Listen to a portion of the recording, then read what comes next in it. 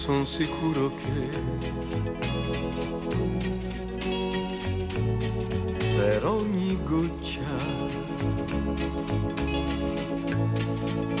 goccia che cadrà un nuovo fiore nascerà.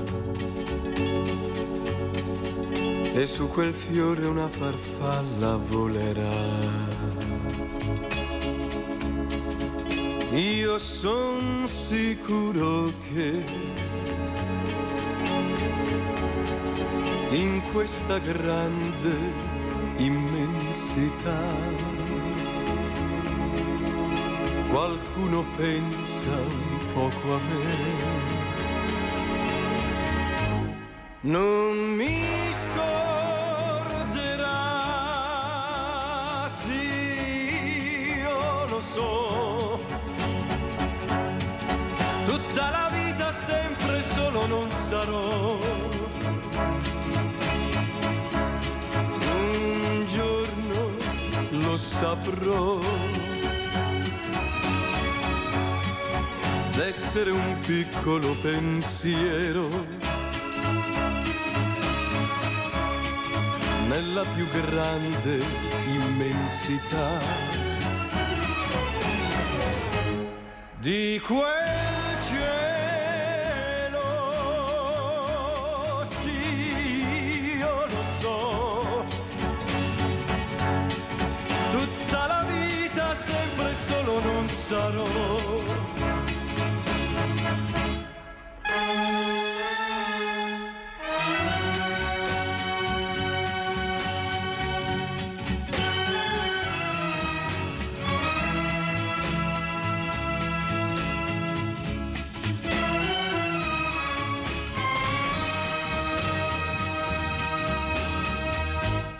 Nell'immensità, sì, io lo so, tutta la vita sempre solo non sarò. Un giorno troverò un po' d'amore anche per me che sono nullità. Nell'immensità.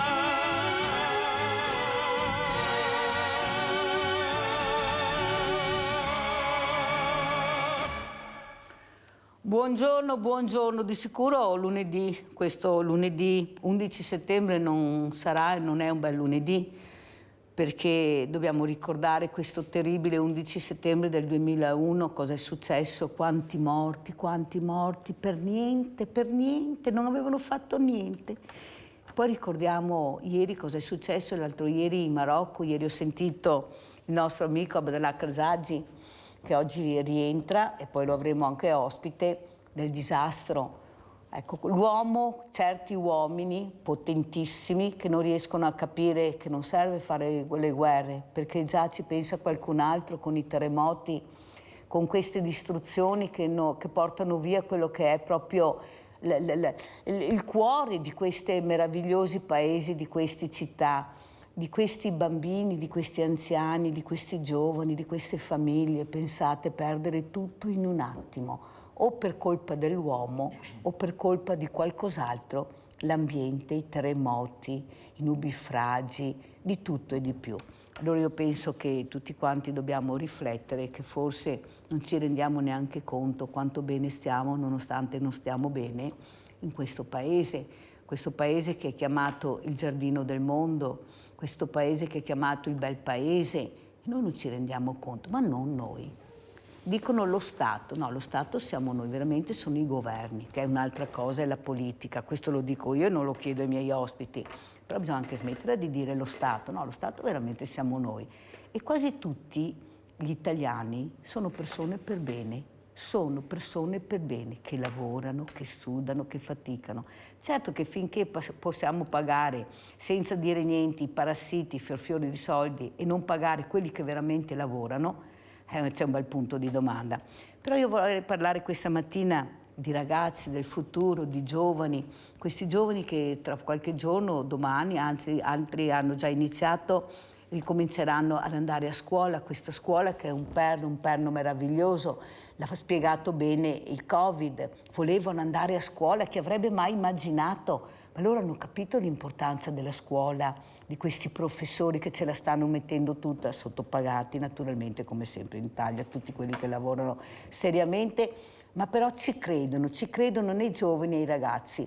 Chi è che non ci crede? Dei genitori, qualche famiglia che non ha capito invece l'importanza della scuola. Ne parleremo questa mattina col professor Salvatore Auci, componente direttivo nazionale SNALS, Sindacato Nazionale Autonomo Lavoratori Scuola. Grazie professor Auci di essere qui con noi, grazie veramente. Abbiamo anche collegata da Roncade Pieranna Zottarelli, sindaco di Roncade. Buongiorno sindaco.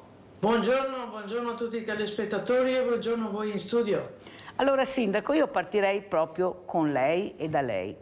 Cosa c'è che non si riesce a capire su certe famiglie, non su tutte, non dobbiamo fare il solito minestrone, tutti i genitori, tutte le famiglie, certe famiglie che non riescono a capire l'importanza della scuola, ma soprattutto dopo quello che abbiamo sentito anche ieri a Cagliari, in Sardegna, 4 ragazzi morti, 4 su un colpo, 2 feriti, che non riescono a capire l'importanza del rispetto. Ecco, io sono convinta che la parola, quella prima, è il rispetto di se stessi, degli altri, della scuola, dei sindaci che sono in prima linea perché è l'unico punto di riferimento che è rimasto. Prego, sindaco Zottarelli. Effettivamente lei ha centrato il punto. Ci sono delle famiglie che purtroppo non riescono a trasmettere ai ragazzi, fin da bambini, la difficoltà che c'è anche nella vita, ma la bellezza della vita. Gli ostacoli sono fatti per essere superati e quindi occorre dare fiducia alle persone adulte con cui i ragazzi man mano vengono ad interagire, che le educano, le crescono in un contesto anche extrafamiliare, quindi portare i ragazzi, i bambini già presto nelle scuole di infanzia, anche se non è obbligatorio, è un primo modo per far avvicinare i bambini alla realtà della socialità degli altri loro coetanei e a un mondo adulto che non è solo quello di papà e mamma o al limite dello stretto nucleo familiare. Ecco, la difficoltà di alcune famiglie che tendono a chiudersi in se stesse e a non trasmettere anche valori positivi ai propri figlioli, forse proprio perché non li hanno interiorizzati per primi i genitori, rappresentano effettivamente una grande difficoltà sia per le comunità che cercano di inserirli e alle volte occorre forzare, nel senso che troviamo genitori piuttosto refrattari. Le stesse scuole li contattano di continuo. Le riunioni, gli incontri che si fanno vedono protagonisti genitori che magari non ne hanno bisogno. Le famiglie che avrebbero più necessità invece si negano o si fanno presenti in maniera saltuaria. Grazie sindaco, molto chiara come sempre. Pieranna Zottarelli, una persona che parla molto chiaro, che combatte in prima persona anche essendo un paese anche vivace, che sta cercando anche Roncade di dare il meglio di se stesso per far vivere queste città, questi paesi. Ecco, ma non basta, bisogna fare squadra. Ricordo che Pieranna Zottarelli, sindaco di Roncade, farà parte anche lei della grande manifestazione all'ippodromo di Treviso, dove cerchiamo veramente di fare squadra proprio con le famiglie, con la scuola, con i sindaci, per dare un messaggio veramente tutti assieme. I ragazzi devono capire, le famiglie devono capire che forse tutti assieme ce la faremo. Professor Auci, come commenta le parole del sindaco? Ma è complessa la situazione per quanto riguarda il futuro dei nostri giovani. La scuola purtroppo non fa altro che registrare una emergenza educativa. Emergenza educativa che sicuramente è da valutare sotto tanti aspetti, dal punto di vista della collaborazione con la famiglia e anche dal punto di vista della situazione sociale che purtroppo stiamo vivendo. La famiglia ha grandi responsabilità per quanto riguarda l'educazione dei figli. La famiglia ma lo dice il codice civile, ha la responsabilità di educare i figli, la scuola invece di istruire, ma anche quel po' di educazione che deve dare in contemporanea.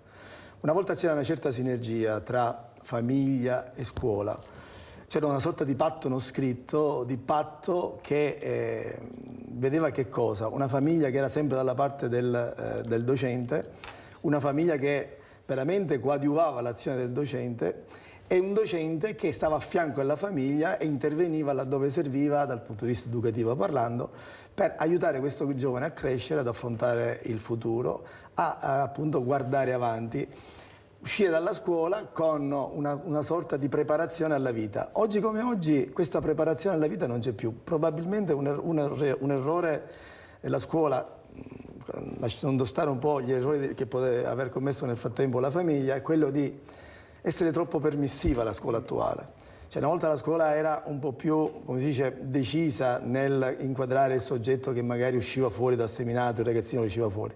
Il ragazzino adesso viene un po' eccessivamente tutelato e che succede? Ha un'idea all'interno del percorso educativo, all'interno del percorso poi di istruzione, alla fine, sbagliata di quello che è la società. La società, quando andrai fuori dalla scuola, non ti perdonerà tutto quello che ti ha perdonato la famiglia, la scuola, tutto quello che noi non siamo riusciti a farti capire è la vita. In quel caso sarà problematico recuperare questi ragazzi. E allora cosa dobbiamo fare? Sicuramente la scuola e la famiglia devono ritornare a collaborare, devono attivare quella sinergia che un tempo c'era senza nessun bisogno di leggi, di regolamenti, di cose scritte. Era un patto tra adulti, un patto tra maschi e femmine, un maschio tra docenti e genitori, un patto che comunque dava frutti. Lo abbiamo visto, noi siamo frutto di quella impostazione di scuola, ha dato dei frutti positivi. La nostra nazione è una delle nazioni più potenti del mondo e proviene da quel tipo di impostazione. Adesso abbiamo completamente cambiato impostazione. Siamo sicuri che l'impostazione è giusta? Ecco, io a questo punto sentirei anche il nostro Arnaldo da Venezia, se no mi cade la linea. Ciao Arnaldo. Ciao Mirella e buongiorno. Rinaldo, no Arnaldo, ti ho anche cambiato nome stamattina. Ciao Rinaldo. Va bene tutto. Ciao Mirella e buongiorno ai tuoi ospiti. Innanzitutto i terremoti, le calamità naturali, giusto? Ci deve sempre stare. Qui chi subisce i terremoti è sempre la povera gente. Perché? Perché sapevo al Giappone quando mi fa un palazzo, io fa antisismico, per caso, perché? Perché deve il denaro. Dove che deve la povera gente? Non gli dai i soldi. Adesso gli ha fatto le leggi, chi io ho da farli. Ma può avere sempre la povera gente che casca dentro. Dunque, per chi che ha tanti soldi non c'è un problema, perché passarsi una casa, anche se spende 1 miliardo ne va bene lo stesso per chi dà, non può avere da 1.000 euro di pensione, che si trova a casa di 100 anni fa. E intanto, dopo fare a scuola, ma già è il mondo che va diversamente. Una volta, va bene, vedeva la famiglia, vedeva il vicinato, perché anche uno che stava vicino, un conoscente, se te vedeva fare una roba che non dava, perché faceva un'osservazione, e se io diceva tuo papà e tua mamma ti andavi in casa, ti salvi dopo. Cosa vuol dire? Vuol dire che c'è da disgregare proprio la comunità, nessuno non interessa più di nessuno, addirittura su un condominio di appartamenti mi si conosce neanche. Cosa vuol dire? Dopo andremo a scuola i fiori e anche i genitori di adesso, i genitori della 50 anni, cosa vuol dire che sappia di quello che era una volta? Di non insegnargli a scuola i fiori, cosa che era il Veneto una volta, va bene? Ma io non ho mai sentito un figlio, mi parla tutti in italiano, forbiti, parla in Veneto, che è una lingua, siamo veneti, non siamo italiani parlano lì, va bene? Siamo proprio il salvadanaio del popolo, per tutti tocca a casa nostra. E allora, cosa devi scegliere su cosa? Bisogna insegnargli a scuola l'educazione, volere bene ai genitori, cercare di fare manco robe che non va, e invece gli altri con i soldi li compriamo la macchina, la particola. Veloce Rinaldo, se no non ce la faccio, sei troppo lungo. Vai ciao. Rinaldo. Ciao Mirella. Ciao, grazie Rinaldo. Scusate, ma dove sei? Perché sennò poi arrivano le telefonate e non riesco a dare la linea. Ecco, non è la scuola che deve fare da sola l'educazione, Rinaldo. Il primo anello è la famiglia, l'educazione parte da là, poi la scuola prosegue, ma la famiglia è il primo anello dell'educazione, i genitori. Sindaco, come commenta, prego? Voce.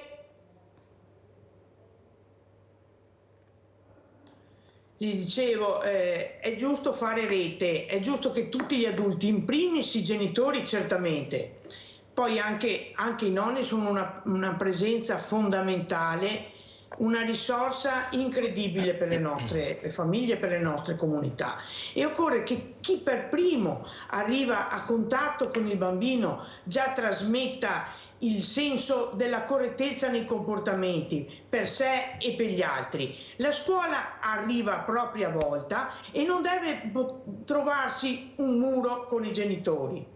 La collaborazione deve essere massima e lo vediamo anche quando, attraverso comitati di genitori e associazioni di genitori, si realizzano delle iniziative comuni, si fanno delle attività in comune e si dà quindi modo ai ragazzi di inserirsi in una comunità sapendo che le libertà di ciascuno finiscono dove cominciano le libertà degli altri, e ci vuole rispetto per i propri coetanei, per i docenti, per i genitori e per la comunità in senso lato, perché altrimenti non ne usciamo. Il livello di maleducazione e di scarso rispetto tra gli uni per gli altri è cresciuto nel corso del tempo e questo non va assolutamente bene. Occorre invertire la tendenza, ma occorre anche che per primi siamo noi adulti a dare l'esempio, perché al di là delle parole quello che conta sono le nostre azioni concrete, perché i ragazzi fin da bambini ci osservano. Se noi vogliamo crescere degli adulti che siano dei buoni cittadini, dobbiamo prima di tutto dimostrare di esserlo noi stessi. Allora, io ho avuto ospite la scorsa settimana il sindaco di Casale, donna, 40 anni, diventata mamma, diciamo, diversamente giovane, come ha detto lei, ma sono genitori giovani, la quale ha detto una cosa molto bella. La mia generazione è quella che ha più problemi con i figli. Non so cosa sia successo a noi, non me lo spiego, però siamo noi, purtroppo, che non riusciamo a capire che forse dobbiamo cambiare noi modo di educare e di vivere. Non so perché è successo a noi, però è successo a noi. E sì, abbiamo avuto dei genitori meravigliosi, dei nonni meravigliosi. Forse anche questo, quello che non hanno avuto loro, hanno cercato di darlo a noi. E noi non abbiamo capito l'importanza di questi doni meravigliosi. Abbiamo trasmesso tutto in senso negativo, diventando amici dei figli. Ecco, questo figlio che non vede più il genitore come una persona autorevole, non autoritaria, è diverso, con autorevolezza. Questo genitore che sfida, che picchia i genitori per comprarsi la droga, per avere quello che non riesce a avere normalmente, che ruba. Eppure ci sono dei genitori meravigliosi. Io adesso vi racconto questa frase terribile che ho raccontato, ma sapete che io dico tutto quello che vedo perché è normale, tanto ne dicono tanto di sconcezze in televisione che io dico una frase che una ragazza ha detto alla mamma, una ragazza che sta facendo anche un percorso rieducativo, maledetta quella volta che sono uscita dalla tua fica. Allora voi capite che quando un ragazzo o una ragazza arriva a superare il limite del rispetto di questa mamma, che io l'ho vista una mamma meravigliosa, sapete le mamme di una volta, queste mamme che solo a guardarle dici ma quanto fortunata è questa ragazza, questa mamma disperata con questa figlia che aveva oltrepassato il limite e non riusciva a recuperarla, questa ragazza che è andata in un paese molto lontano a toccare con mano cos'è la miseria, la disperazione, non aver niente. E forse ha capito che era tempo di capire che aveva la fortuna di essere nata in un paese libero, in un paese che aveva ricevuto di tutto e di più, e la cosa che ha detto giustamente il sindaco Zottarelli, aveva perso il rispetto di se stessa e rispetto per gli altri. Questo è un dramma, È un dramma enorme. Come fai a vivere con una figlia che non ha più rispetto o con un figlio? Professor Auci, ho adoperato questa frase per far capire che forse dobbiamo recuperare questi ragazzi. Certo. Ecco, la repressione, le sanzioni, ma soprattutto far capire che devono ricominciare a capire l'importanza di questa parola, che è rispetto, inclusività. Prego, professor Auci. Ma oggi, almeno tutti i giorni, riscontriamo noi operatori del settore, noi docenti, i genitori proteggono eccessivamente i loro figli. E dicevo poco fa, invece, bisogna ricostituire questa sinergia. Proteggono i loro figli addirittura tenendo loro il fiato sul collo ai docenti. E di questi giorni la notizia che in Corea 70.000 docenti sono scesi in piazza per protestare contro l'ennesimo suicidio di una docente che si sentiva oppressa dai genitori. In Italia il problema è identico, ci sono molti suicidi, magari non arrivano sulla stampa perché si preferisce dare spazio ad altri argomenti, però il problema c'è. Anche in Italia ci sono molti suicidi tra gli insegnanti, il nostro mestiere è un mestiere altamente usurante, produce tanto stress, molte malattie di tipo psicologico, si arriva anche alla psichiatria e via discorrendo. Quindi a questo punto tra docenti e genitori bisogna vedere cosa cominciare ad avviare, un rapporto diverso sicuramente. Allora, è vero che le norme degli ultimi anni in Italia hanno un po' sballato il sistema scolastico perché hanno portato troppo avanti l'età pensionabile degli insegnanti, quindi magari a una certa età gli insegnanti hanno altre criticità, anche dal punto di vista dell'esaurimento delle energie. Ma dall'altra parte i genitori devono capire che fare genitori è una cosa molto importante, che un figlio si fa se si ha la voglia e il tempo per educarlo, per dargli quello che serve. Non è che lo metto al mondo e poi cresce da solo, oppure, come avviene ormai, scarico sulla scuola tutto quello che io non ho il tempo magari perché lavoro, non voglio fare o devo fare altro.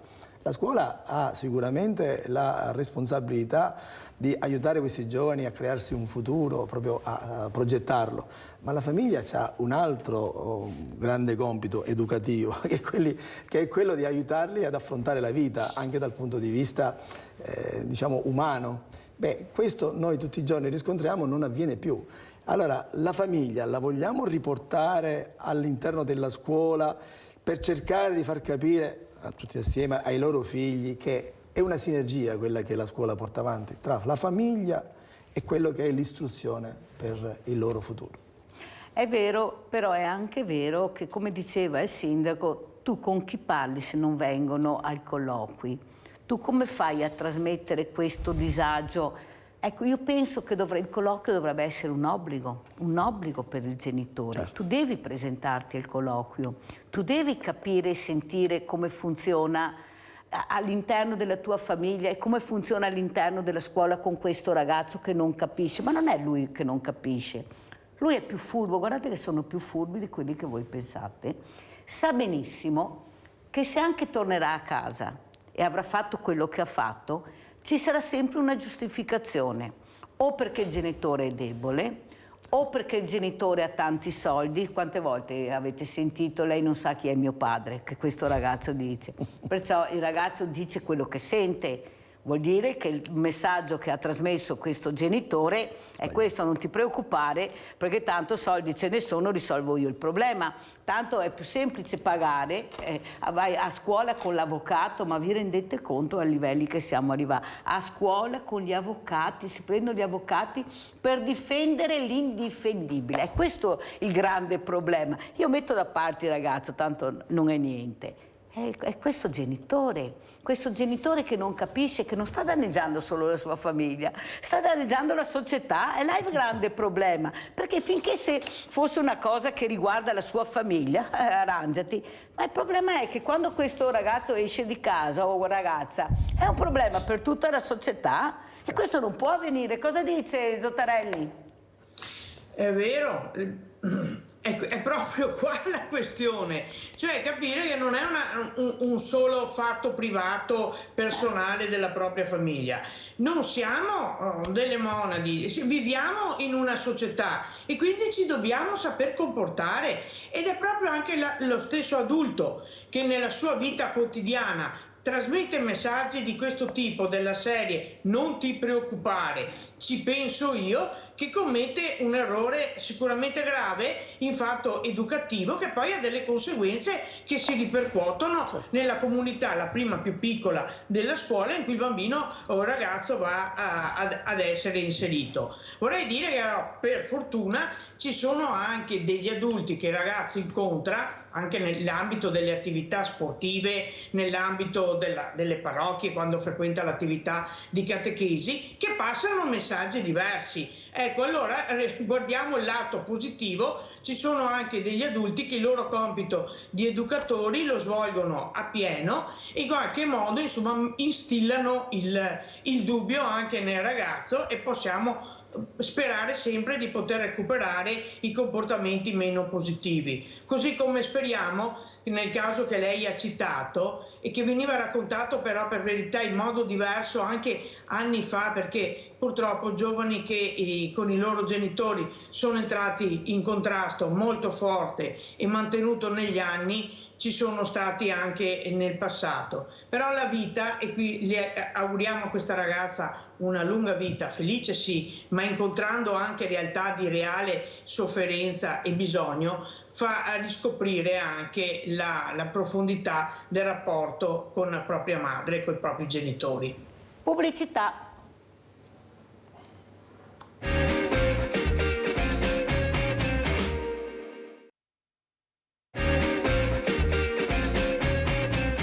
E abbiamo in presenza il professore Salvatore Auci, Sindacato Nazionale Autonomo Lavoratori Scuola. Abbiamo collegata da Roncade il sindaco di Roncade Pieranna Zottarelli e stavamo parlando appunto di ragazzi, ecco, di questa educazione e soprattutto di questo rispetto. Ma non basta, perché anche questi insegnanti, questi professori, questi sindaci, tutti quanti noi dobbiamo metterci insieme, perché da soli non ce la fanno. I sindaci hanno una coperta, un sindaco mi ha detto, sindaco Zottarelli, io non ho una coperta, un fazzolettino ormai, non riesco neanche più a capire se ce l'ho o non ce l'ho, quei problemi enormi, pagati pochissimo anche voi, ecco, con tutte le cose che poi i cittadini richiedono, ecco, i servizi alla persona. Io sento parlare, mi scusi, sa sindaco, cemento, strade, autostrade, terza, quarta corsia.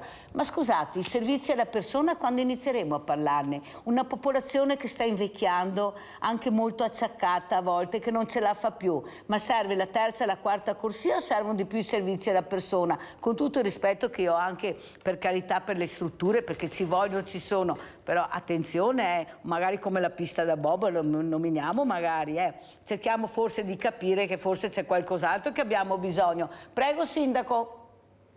Guardi, con noi sfonda una porta aperta, nel senso che ogni volta che abbiamo modo di relazionare sui bilanci ripetiamo sempre questa frase: l'attenzione massima è per le persone, e quindi gli impegni anche finanziari dei nostri comuni vanno anzitutto alla cura delle famiglie e delle persone più fragili. Il sociale in senso ampio pesa moltissimo da un punto di vista finanziario sui bilanci del comune, tantissimo, e sono sempre di più le richieste. E quindi sono sempre di più le difficoltà a poter dare le risposte, perché quando investi sulle famiglie, investi sul futuro di tutta una comunità, ma non tutti riescono a comprenderlo. Viene in primis segnalata l'erba che cresce, ma tu fai un taglio di meno nel corso dell'anno per poter avere dei soldi da mettere a disposizione alle famiglie che non riescono a pagare l'affitto, che non riescono a pagare il caro libri, che non riescono delle volte neanche ad avere quanto serve per far mangiare e vivere compiutamente i propri figlioli. Quindi anticipando il comune questo tipo di spese in collaborazione con le associazioni di volontariato fa però delle scelte di priorità che non sempre vengono comprese, perché appunto è la strada, è la ciclabile, i marciapiedi e le buche, che sono importantissimi, però il problema è che la coperta è maledettamente corta e veniamo tagliati di anno in anno, e quindi siamo sempre più in difficoltà a dare delle risposte con delle domande in viceversa che sono crescenti.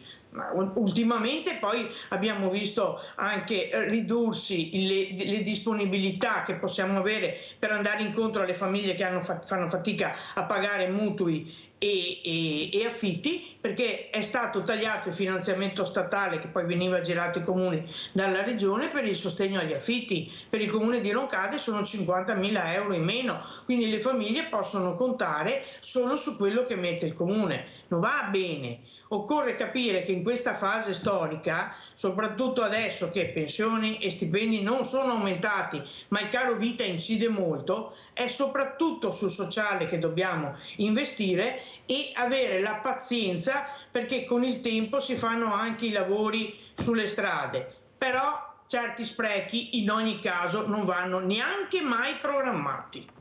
Grazie Sindaco, e sentite come sono d'accordo i sindaci su questo, perché sentono i bisogni del loro territorio. Sentiamo anche cosa ha detto il nostro sindaco Mario Conti sul punto scuola. Andiamo a sentire.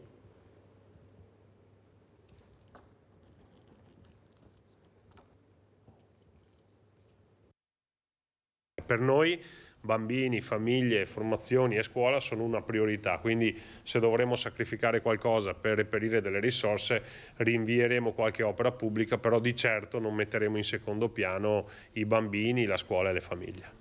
Famiglia e scuola, un binomio oggi al centro non solo di una nuova emergenza costi, ma anche dei pensieri del sindaco Mario Conte.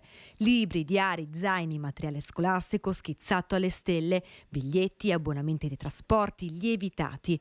Un settembre che per la maggior parte delle famiglie trevigiane comincia con un gran peso sulle spalle e soprattutto con la calcolatrice alla mano. Solo il corredo base per uno studente infatti si aggira in media attorno ai 600 euro e se aggiungiamo dizionari e libri aumentati dell'8%, la spesa totale può superare i 1.200 euro.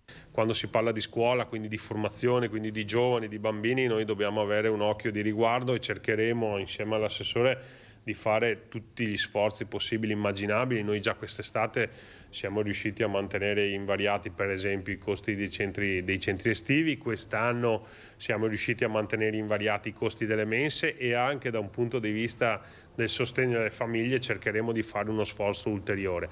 Una campanella, quella di settembre, che non suonerà solo per le aule scolastiche. Tanti giovani infatti che torneranno a vivere le piazze della città, aggregazioni a volte pericolose, come racconta l'ultimo episodio in Piazza Borsa. Forze dell'ordine accerchiate da una trentina di giovani, per lo più minorenni, durante un controllo per spaccio, insulti e minacce alla polizia, risultato 2 DASPO. Non è un tema legato alla sicurezza che è stata dimostrata esserci perché c'era sia le videocamere che la pattuglia, qui è una questione culturale e sociale. Succedono questi episodi di estrema maleducazione, di estrema mancanza di rispetto, a volte sfociano addirittura in reati e quindi è evidente che serve un nuovo modello sociale, in modo particolare per quei ragazzi troppo annoiati e troppo abituati a fare quello che vogliono. Noi abbiamo scritto ai ministeri, nel senso che secondo me deve esserci meno tempo libero al pomeriggio e più tempo impegnato in campi sportivi, parchi o associazioni a fare del bene. Professor Auzi, come commenta? Ma tra qualche giorno suonerà la campanella delle scuole, ma o come ogni anno le emergenze della scuola sono sempre quelle. Problemi di organici del personale docente, problemi di organici del personale ATA che è ampiamente insufficiente e soprattutto problemi che tutti gli anni poi si verificano durante l'anno, che sono semplicemente il risultato delle politiche degli ultimi 30 anni, politiche scolastiche sbagliate. Quello che dice il sindaco è vero, è corretto, molti ragazzi si annoiano, però qua bisogna cambiare marcia, cambiare registro, rivedere un po' tutta l'impostazione. Uno psichiatra famoso ha detto già da tempo, la scuola italiana è fallita. È fallita, ma ancora non se ne sono proprio accorti tutti, perché quotidianamente i docenti e il personale ATA fanno in modo di non farla apparire fallita. Ma di fatto è fallita. Allora, se abbiamo possibilmente il coraggio di rimettere a posto molte cose, di riscrivere le cose che vanno riscritte, e allora probabilmente i giovani saranno coinvolti in nuove attività che magari li porteranno lontani dai problemi che sono stati denunciati. Se invece continueremo a portare avanti l'impostazione attuale, è chiaro che la scuola ha ragione, lo psichiatra Crepè, la scuola è fallita. Io sono dell'idea che non è fallita la scuola, qualcuno l'ha fatta fallire. L'ha fatta fallire togliendo quello che era il cuore pulsante della scuola, che è il professore. Il rispetto del professore, la sicurezza del professore. Cioè, in primis, quello che doveva essere supportato è il professore, è l'insegnante. Quando l'insegnante entra in classe, come c'è sempre stato una volta, i ragazzi si devono alzare, salutare e rispettare. È là che l'insegnante si è sentito solo. Non è colpa del ragazzo o il fallimento di questa scuola che grazie anche al metodo Montessori tutti ci hanno copiato e invidiato, e forse siamo ancora i migliori proprio per quello che questi insegnanti riescono a fare e dare con i mezzi che hanno. È che qualcuno non ha capito l'importanza di supportare l'insegnante, ma è la stessa cosa l'importanza di supportare l'operaio. Noi paghiamo il CEO di questi CEO che sono... Ma se l'operaio non lavora, il grande chirurgo, ma deve avere un'equipe, da solo non va da nessuna parte, ma lo dicono quando vengono, non sono io, dicono, è la squadra. Ecco, questa squadra che con tanta fatica in tanti anni aveva cercato di comporre questa scuola, ma veramente, guardate che forse qualcuno non sa bene cosa hanno fatto gli insegnanti, i dirigenti, i docenti in tutti questi anni. Qualcuno ha aperto le scuole con il teatro, con dei laboratori bellissimi, altri non l'hanno fatto perché, avete capito, politicamente qualcuno è entrato, perché è entrata anche la politica nella scuola che doveva star fuori, ma anche nella sanità, ma dappertutto la politica è entrata e ha rovinato tutto, perché è entrata la politica sbagliata, non quella che doveva aiutare. O sbaglio, sindaco Zottarelli? Questo è il mio pensiero. Beh, la politica deve essere intesa anche come qualcosa di buono, non sempre come qualcosa di negativo, nel senso che c'è una buona politica che nella scuola, così come nella società, sta bene che ci sia perché dimostra le relazioni positive. È quella che per esempio a livello di comuni si fa supportando tutte le richieste che frequentemente dalla scuola provengono, non solo sulle infrastrutture, perché la differenza, correttamente come dicevi, la fanno le persone. Quindi i buoni docenti, non dimentichiamoci anche del personale ATA, per appunto dei collaboratori scolastici, quante volte la parola, l'attenzione che dimostra il bidello o la bidella danno la possibilità al ragazzo che magari a casa non riesce a parlare o non si sente per particolari motivi di sfogarsi, lì invece si confida. Ecco, noi dobbiamo cercare di creare degli ambienti che non siano solo belli da un punto di vista estetico e che siano funzionali, ma che diano la possibilità alle persone di vivere bene le relazioni e di potersi confidare in caso di difficoltà e di problematiche, in modo da prevenire, perché il disagio indubbiamente va prevenuto, perché poi arriva al momento della repressione e là abbiamo fallito tutti, non solo la scuola, ma ha fallito in primis la famiglia e la comunità nella quale è inserita. Quindi dobbiamo darci una mano tutti quanti. La politica va bene quella buona, cioè quella che si mette a disposizione, che finanzia i progetti e che fa sì che ciò che viene proposto a favore dei ragazzi possa essere realizzato concretamente. E i ragazzi stessi devono essere a loro volta protagonisti, non sono soggetti passivi. A loro volta devono essere messi in condizione di potersi esprimere e vanno ascoltati. Ecco, molto spesso sindaco. non li si ascolta. Brava, parole veramente che condivido in pieno, loro devono diventare protagonisti, qualcuno non l'ha capito. E quando io li invito qui, professor Auci, sì, invito il professore, ma quando ci sono i ragazzi io lascio parlare loro. Loro devono parlare, noi dobbiamo ascoltare, perché loro dicono quello che sentono, loro quando parlano dicono la verità di quello che hanno bisogno. Tanto è vero, su questo sondaggio che hanno fatto, la maggioranza dei ragazzi quando hanno scritto, e lo dico tutte le mattine, speriamo che qualcuno capisca, cosa vuoi, cosa vorresti, che regalo vorresti? E quasi tutti hanno scritto ascolto.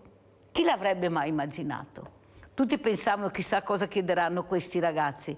E la maggior parte ha scritto ascolto. Allora forse cosa dice il professore? Dobbiamo un po' rivedere anche in cosa consiste questo ascolto. Certo, andare a vedere cosa consiste questo ascolto, ma di imparare ad ascoltarli, ma soprattutto a dare quelle sicurezze che loro da noi si aspettano. Sa perché le dico questo? Perché a aprile abbiamo organizzato un gruppo di lavoro, una sorta di sperimentazione, come dicevo poco fa, che ha chiesto a genitori e studenti quali sono i problemi che generano tutto questo po' di crisi all'interno delle scuole, nei rapporti, via discorrendo. Una ragazza ha detto che comunque noi abbiamo considerato troppo precocemente l'orientamento, quindi li orientiamo troppo presto, ma probabilmente stiamo sbagliando perché magari da grande lei vorrà fare qualche altra cosa. Quindi rivedere l'orientamento non come è stato un po' avviato quest'anno con le nuove norme è una cosa da fare. Un'altra ragazza invece è intervenuta dicendo: la scuola non mi ha dato tante di quelle risposte che io mi aspettavo, che invece io vorrei, perché la scuola almeno un tempo per esempio dava delle certezze che adesso non riesce più a dare, dava un supporto che adesso non riesce più a dare. Allora l'ascolto sicuramente è la base, i nostri ragazzi vanno messi nelle condizioni di parlare con gli adulti, di parlare con i docenti, di parlare con i loro genitori, parlare anche con esperti, perché solo in questo modo noi riusciamo a valorizzare quelle che sono le necessità e metterle in atto. Abbiamo Franco da Venezia. Ciao Franco. Ciao, buongiorno a te e al tuo ospite. Devo dire che sottoscrivo in toto naturalmente il tuo intervento rispetto alla scuola. Dopodiché buona politica, cattiva politica, non è stato a mio avviso, per quanto mi riguarda, una buona idea quella di togliere il 7 in condotta e quello di togliere la meritocrazia anche all'interno dello studio. Cioè il 6 garantito non è stato sicuramente una cosa buona. Poi per quanto riguarda l'educazione è evidente che la famiglia ha le sue proprie responsabilità, così come ce l'hanno anche gli insegnanti, in quanto il ragazzo, il bambino che frequenta la scuola, la frequenta per 6, 7, 8 ore e quindi l'aspetto educativo sta anche in capo all'insegnante per quanto mi riguarda. Certamente, ripeto, il 6 garantito, quella riforma che è stata fatta probabilmente con buone intenzioni dal 68 in poi, ha svuotato, diciamo così, il ruolo del professore. E le famiglie, l'entrata delle famiglie, probabilmente come al solito, quando ci possono essere le buone idee, poi vediamo come vanno a finire. Per esempio i manicomi faccio un esempio un po', diciamo così, ha fatto la riforma dei manicomi e poi i malati sono stati mandati a casa e non c'erano le strutture adatte per accogliere queste problematiche. Si vede questo, così come si vede nell'immigrazione. L'immigrazione vengono qui, ma se non c'è una struttura, se non siamo strutturati per accogliere queste persone, poi ce le troviamo con delle situazioni delicate come tutti i giornali e le televisioni ce le propongono tutti i giorni. Io ho finito, vi ringrazio per l'ascolto, grazie. Grazie Franco, avete sentito con quale attenzione ascoltano. Ti ringrazio Franco di questa telefonata che fa capire che le persone riescono a capire quando si parla veramente in maniera semplice ma in maniera approfondita. Ecco, la colpa è un po' di tutti, dice Franco, e là non ci piove, ma il problema è che dobbiamo cercare di fare un passetto in più, o sbaglio professor Auci? È quello che dobbiamo fare, andare a recuperare proprio l'ascolto dove non c'è, dove non lo vogliono, perché faccio da solo, non ho bisogno di nessuno, ma stanno facendo del male alla società e là non possiamo permetterlo, prego. Assolutamente no, l'ascolto è importantissimo, dicevo poco fa, certo ci vuole pure il tempo e l'organizzazione per l'ascolto dei ragazzi, fino a quando noi avremo comunque classi di 27-28 alunni, perché? Perché c'è il risparmio. Io ricordo un particolare, nel 2008 è stata portata avanti dalla politica una riforma, una riorganizzazione della scuola che ha tagliato oltre 132.000 posti tra docenti 87.500 in meno e 44.500 personale ATA.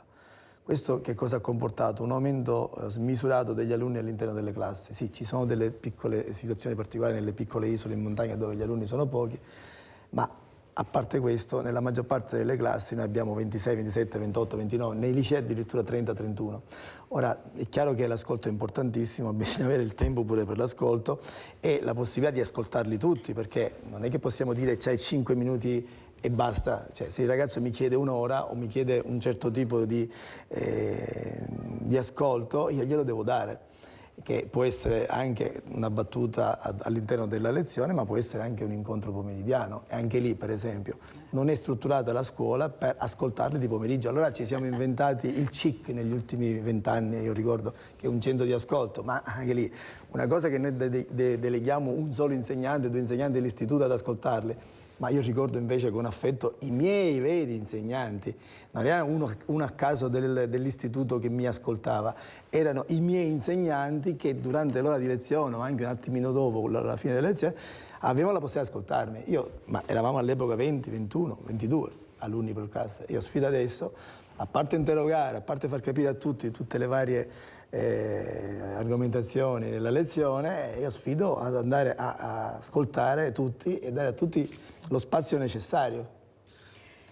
Sì, però è quello che chiedono e noi dobbiamo ascoltare, professor Auci, non c'è niente da fare. Se vogliamo capire e andare a parare nella maniera giusta assieme, dobbiamo ascoltarli. In qualche maniera dobbiamo assolutamente ascoltare, perché abbiamo gli anziani che sono una parte molto numerosa, purtroppo, nella solitudine più totale.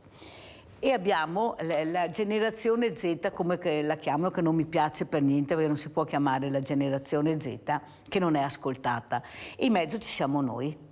Allora ci sarà quello che si muove, quello che non ha capito niente, però qualcuno deve pur fare questo. Ecco, la scuola non è in grado di farlo, ma allora, come stiamo facendo adesso, uniamoci con i sindaci, con la scuola, con i genitori, riusciremo a fare delle squadre per ascoltare questi ragazzi. Qualcuno mi diceva, hai sbagliato a farlo il sabato e la domenica, devi farlo il venerdì perché i ragazzi sono a scuola e le scuole parteciperanno di più. No, è troppo facile. No, è il sabato che io voglio capire perché c'è questo disagio sia giovanile, ma poi queste spalle al muro delle forze dell'ordine, dei sindaci, dei cittadini che hanno paura di uscire. Ma stiamo scherzando? Ma come un anziano ha paura di uscire perché trova il ragazzo, è terrorizzato? Ma non esiste! Ma perché non è anche vero? Non è vero, perché ricordatevi che quando vedete tutti questi ragazzi che circondano le forze dell'ordine, alla fine nel mezzo, quelli che veramente creano problemi sono 3. Se sono 3 sono tanti, però fanno vedere che ci sono tutti questi ragazzi e la paura poi regna sovrana. Allora andiamo a vedere in mezzo chi sono questi ragazzi, visto che hanno un nome e cognome, i sindaci lo sanno, le forze dell'ordine lo sanno, e cercare di arrivare a questi ragazzi e capire cos'è questo disagio. Vuoi fare a botte? Perfetto, ti iscrivo a pugilato. Lo fai tutto il giorno, magari un giorno alla settimana per 8-9 ore. Ecco, allora facciamo star casa anche da scuola un giorno, poi vediamo se il sabato ha tutta questa voglia di fare così. Cosa vuoi fare? Ci sarà qualcosa che ti interessa, ma se non glielo chiediamo a loro, non andiamo a pescarli in mezzo a tutta questa marea di ragazzi, non riusciremo, perché poi il ragazzo che guarda il sabato prossimo sarà lui il protagonista di questo, perché se l'ha fatto il mio amico e ha avuto questa visibilità, ci provo anch'io. No, bisogna fermarli, fargli capire che non gira più così e che veramente c'è una squadra che li sta osservando. Prego, professore. Lei ha detto una cosa importantissima poco fa quando ha citato gli anziani. Allora, posso citare il caso personale. Io da ragazzino, anche da ragazzino un po' più maturo, ascoltavo volentieri gli anziani. Perché? Perché da loro avevo tanto da imparare, le famose posizioni di base, no? Di partenza. Inutile che io vada a fare tutte le loro esperienze, se loro me le comunicano e mi facilitano le cose che io posso sbagliare, no? Quindi non le sbaglio. Si parlava di ascolto. Bene, un altro tipo di ascolto potrebbe essere non solo i grandi che ascoltano i giovani, ma anche i giovani, d'estate per esempio si potrebbero organizzare incontri ad hoc, i giovani che ascoltano gli anziani, certamente non tutti, perché non tutti gli anziani hanno quelle possibilità di comunicazione, ma ci sono anziani che hanno tanto da insegnare ai giovani. Allora l'ascolto è una sorta di scambio reciproco. Quindi non ci vuole solo l'insegnante, per esempio, per quanto riguarda l'ascolto. Io sono convinto che cominciare a parlare con gli anziani, quelli che hanno tante esperienze da raccontare ai giovani, guardi che è una forza tremenda, perché io per esempio ho fatto tesoro di tutti gli errori di tutte le esperienze raccontate dai miei nonni, ma anche persone. Io ho sempre dedicato tanto tempo alle persone mature. Perché? Perché cercavo di carpire tutte le loro esperienze per poterle fare mie, per non sbagliare, per evitare di incappare in tutte quelle problematiche che invece loro già avevano superato. E questo secondo me che serve anche ai ragazzi. Sì, ma non è colpa loro, professor Auci, almeno io la vedo così, poi vorrei sentire anche il sindaco Zottarelli, poi ci salutiamo. Il problema è che abbiamo relegato questi nonni in residenze per anziani, così vengono chiamati, perché è troppo un impegno avere il diversamente giovane a casa, mi sento meno libero, perciò cerco, se posso, di metterlo in queste residenze.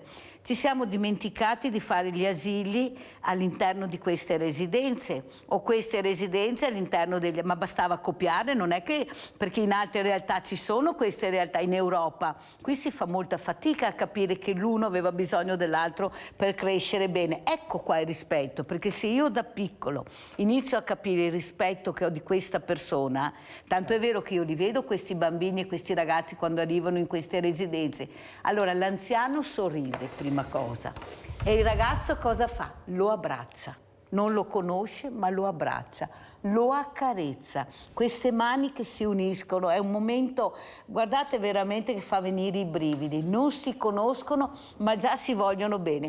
Dobbiamo forse capire che forse dobbiamo metterli più assieme, come dice il professor Auci. Sindaco. Perfettamente d'accordo. Guarda, io posso portare a questo riguardo un'esperienza mia personale.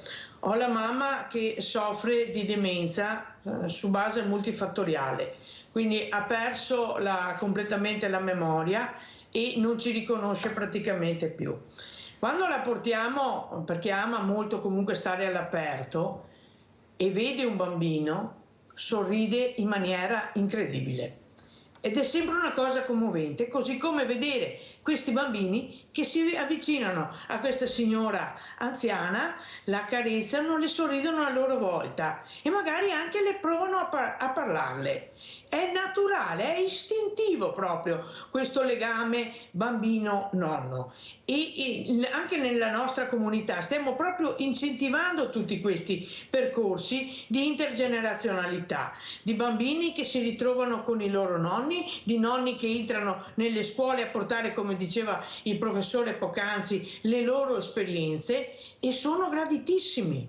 Così come nei laboratori che si fanno all'interno dei GREST, in cui l'adulto più anziano dà delle dimostrazioni di pratiche che i genitori ormai non utilizzano più, ma che i bambini vengono attratti e sono stimolati a replicare. Ma è soprattutto il legame, l'affetto che si crea istintivo che è fondamentale e fa superare quelle paure che, come dicevi tu Mirella, porta l'anziano a rimanere a casa, a temere di uscire per paura di incontrare i giovani. E invece va proprio incentivato l'esatto contrario, i giovani che vadano dagli anziani e gli anziani che si avvicinino ai giovani. Si riducono anche le difficoltà che le nuove tecnologie possono portare attraverso l'insegnamento agli anziani per la loro padronanza, fatto direttamente dai giovani, cioè diamo modo anche a questi ragazzi di dimostrare i loro talenti e ne trarremo dei benefici sicuramente tutti quanti. Grazie a Pieranna Zottarelli, sindaco di Roncade, grazie al professor Salvatore Auci, sindacato nazionale autonomo lavoratori scuola, grazie, pubblicità.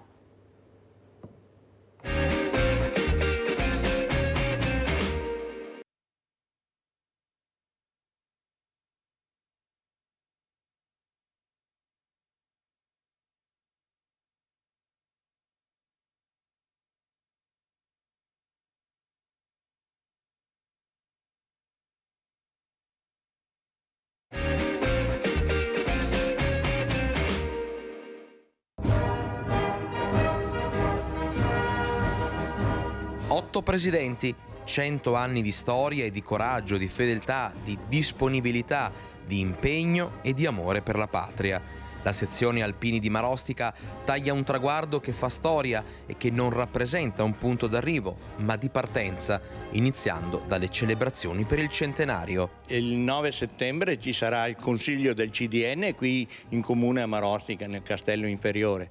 In più, da parte del comune verrà fatto un consiglio straordinario per riconoscere la cittadinanza onoraria alla sede nazionale.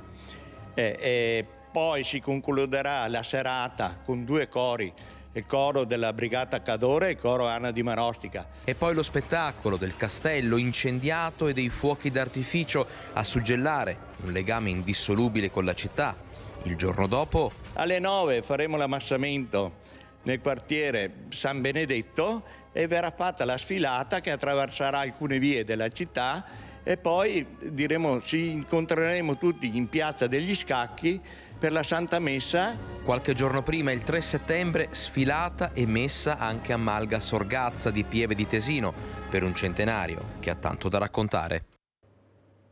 Non solo il centenario, ma tante adunate, tanti brividi, tante emozioni che danno e provano questa figura che è l'alpino. Abbiamo ospite questa mattina Francesco Introvigne, presidente ANA Vittorio Veneto. Allora Presidente, quante emozioni, tante sfilate, la gente vi ama, siete gli unici che riuscite a portare la gente nelle piazze, non si sa come mai, ma voi ci riuscite, sono famiglie intere, è una cosa bellissima. Prego, l'emozione, ecco l'emozione. Piacere, siamo onorati di questo perché vuol dire che riusciamo a entrare anche nei cuori della nostra gente, della popolazione, delle nostre famiglie, di chi ci vive accanto, e questo per noi è bello perché noi vogliamo anche proporre la nostra tradizione, i nostri valori, vogliamo dare testimonianza del passato, vivere bene il presente e guardare al futuro con una certa speranza anche soprattutto mirata alla gioventù, a quelli che in qualche modo prima o poi ci dovranno anche sostituire, soprattutto nelle opere di bene che facciamo, nel volontariato, nell'assistenza, nella fratellanza, ecco, nell'andare in soccorso laddove c'è bisogno. Ecco, questo è quello che noi ci auspichiamo possa accadere. Allora Presidente, volontariato giovani che mancano purtroppo nel mondo del volontariato, pochi hanno la fortuna di avere dei numeri importanti di questi ragazzi, però voi avete anche fatto capire con i campi che avete fatto, campi scuola, ecco, portare questi ragazzi a toccare con mano cosa vuol dire anche allontanarsi da casa, non avere più tutte quelle, diciamo, quelle cose che sei abituato, che puoi anche farne a meno e farne altre. Ecco, com'è andato? Come vede lei i giovani e perché mancano nel mondo del volontariato secondo lei, Presidente? L'esperienza molto positiva che abbiamo vissuto anche quest'anno, perché sono stati realizzati 13 campi scuola a livello nazionale per una fascia d'età che va dai 16 ai 25 anni. Dicevo, un'esperienza assolutamente positiva dove abbiamo avuto ancora una volta conferma, semmai ve n'era bisogno, che i giovani ci sono, che i giovani sono disponibili, hanno la gran voglia di fare. L'importante è offrir loro gli strumenti, offrir loro la possibilità di rendersi utili e partecipi, perché energie ne hanno tantissime da spendere, come ben sappiamo accade poi in quella fascia di età. Noi abbiamo proposto un format già ormai collaudato, che è quello dell'associazione, che è quella del trovarci in forma ordinata, di vivere la giornata con gli spazi necessari alla formazione, allo studio, al lavoro e anche all'aspetto ludico, senza ovviamente la necessità dei social e dei media che oggigiorno disturbano anche tanta possibilità di riflettere, di pensare e di lavorare, che poi tra l'altro è un aspetto anche che hanno decisamente accettato. Loro fanno uso del cellulare solo la sera per mettersi in contatto con casa e famiglia e si trovano benissimo. Ecco, questa è l'esperienza che noi abbiamo proposto loro, soprattutto ecco, sulle attività che riguardano la protezione civile, la sanità, ma anche l'educazione, la formazione rispetto alle regole il saper capire, soprattutto che è più facile obbedire che comandare, perché ci vuole anche senso di maturità nel comandare, nel dare delle disposizioni. E a tal riguardo, ecco, abbiamo anche visto che insomma in qualche modo esempi grandi ne abbiamo. Ricordiamo anche quella bella figura del nostro generale Alpino Figliolo, che sta lavorando ancora soprattutto in Emilia e anche in Abruzzo, ecco, per dare risposte alle domande che la gente si pone dopo aver subito tanti danni, e per quindi riordinare, ordinare e distribuire al meglio le risorse che ci sono. Presidente, oggi è l'11 settembre, quel ricordo tragico delle Torri Gemelle, ma non abbiamo solo quello, abbiamo anche questo Marocco, questa Marrakech, questa zona che si è completamente sciolta, abbiamo visto quanti morti, quante disgrazie, e poi vediamo che continuano queste guerre a macchia di leopardo. Ecco, lei cosa prova da alpino proprio? È una tragedia dopo l'altra. Io l'11 settembre l'ho vissuto in diretta, mi ricordo il primo annuncio radio, manco ci credevo, ero in un momento di riposo e ho sentito questa voce, sono corso alla televisione a vedere quel che stava accadendo e ho seguito quei tragici momenti fino al crollo delle torri, perché poi la polvere ha coperto tutto, e quel dramma che poi ha cambiato anche il nostro vivere sociale, il nostro modo anche di spostarci, di muoversi. Sono cresciute di molto le misure di sicurezza tendenti ad assicurare la protezione, ma quindi la rivoluzione negli aeroporti, soprattutto nei centri di affollamento e così via. Tragedia questa voluta dall'uomo, dalla cattiveria dell'uomo, da quell'aspetto negativo proprio del nostro essere umano, che non ha confronti tante volte neanche con l'aspetto delle bestie. Gli animali tutto sommato lottano e si eliminano per necessità di sopravvivenza, noi lo facciamo proprio per una vera e propria cattiveria. Allora, prima di salutare la nostra ospite Gabriella Mauro, do la linea a Luigi, se no mi cade la linea. Luigi da Padova. Ciao Luigi. Buongiorno a voi. Buongiorno. E soprattutto buongiorno all'Alpino. Allora, per me gli Alpini sono una delle pochissime istituzioni che meriterebbero ogni tipo di onorificenza. Hanno donato ettolitri di sangue, hanno salvato tantissime persone, sono prodigati per andare ad aiutare quando ci sono stati terremoti e compagnia briscola. Però devo tirare le orecchie ai capi degli Alpini, perché anni fa, quando c'è stata la sfilata a Trento, fuori dalla facoltà di sociologia dell'Università di Trento è stato messo una cosa veramente vomitevole con la scritta Alpini assassini. Per l'amor del cielo, è una provocazione, perché per un insieme di fattori. Però quel termine Alpini assassini a me ha fatto girare il sangue nelle vene per parecchio tempo, perché tutto si può dire degli alpini fuorché assassini. Quello che mi è dispiaciuto è non aver sentito una voce alta e forte da parte degli alpini. E la cosa, guardi, io amo profondamente gli alpini e questa cosa mi ha disturbato parecchio, ed è il segno dei tempi di questo paese è alla frutta. Buona giornata. Grazie Luigi. Allora, prima di rispondere a Luigi salutiamo Gabriella Mauro, Presidente Emporio Solidale Basso Piave San Vincenzo, appunto di San Donà di Piave. Ciao Gabriella, grazie di essere qui con noi. Ecco, per rispondere anche al nostro Luigi, per far capire che forse delle volte ignorare è la miglior cosa, che non dare importanza, anche se magari era un solo cartello, io non so, adesso ce lo spiegherà il Presidente, sarà al corrente di questa cosa, ma soprattutto quello che dice ancora una volta Luigi, il rispetto per questo corpo veramente importante che sta cercando di mettere le pezze dappertutto, aiutando la politica in maniera concreta ad essere i primi primi ad arrivare concretamente ed aiutare. Prego Gabriella, grazie di essere qui, Gabriella Mauro. Intanto buongiorno a tutti e grazie dell'invito. Cosa possiamo dire? Che davanti a quello che è appena stato detto nei confronti degli alpini, io ritengo che non vada assolutamente neanche considerato, seppur possa offendere tutti quanti, perché l'onore e tutto quello che è stato fatto dal Corpo degli Alpini, dalle persone che individualmente portano questa divisa e simbolicamente questo cappello, come io dico da buona friulana, non dobbiamo assolutamente lasciarci scoraggiare dalle cose negative, meno ne parliamo e meglio è. Sicuramente dobbiamo valutare e apprezzare tutto quello che hanno fatto e faranno, perché il futuro è sempre alla porta e di conseguenza noi abbiamo bisogno di persone che rappresentino un corpo e che facciano tutto quello che hanno sempre fatto a sostegno di tutta la popolazione. L'attività che stanno facendo verso i giovani è ammirevole, per cui cosa posso dire, Mirella? Andiamo avanti sempre.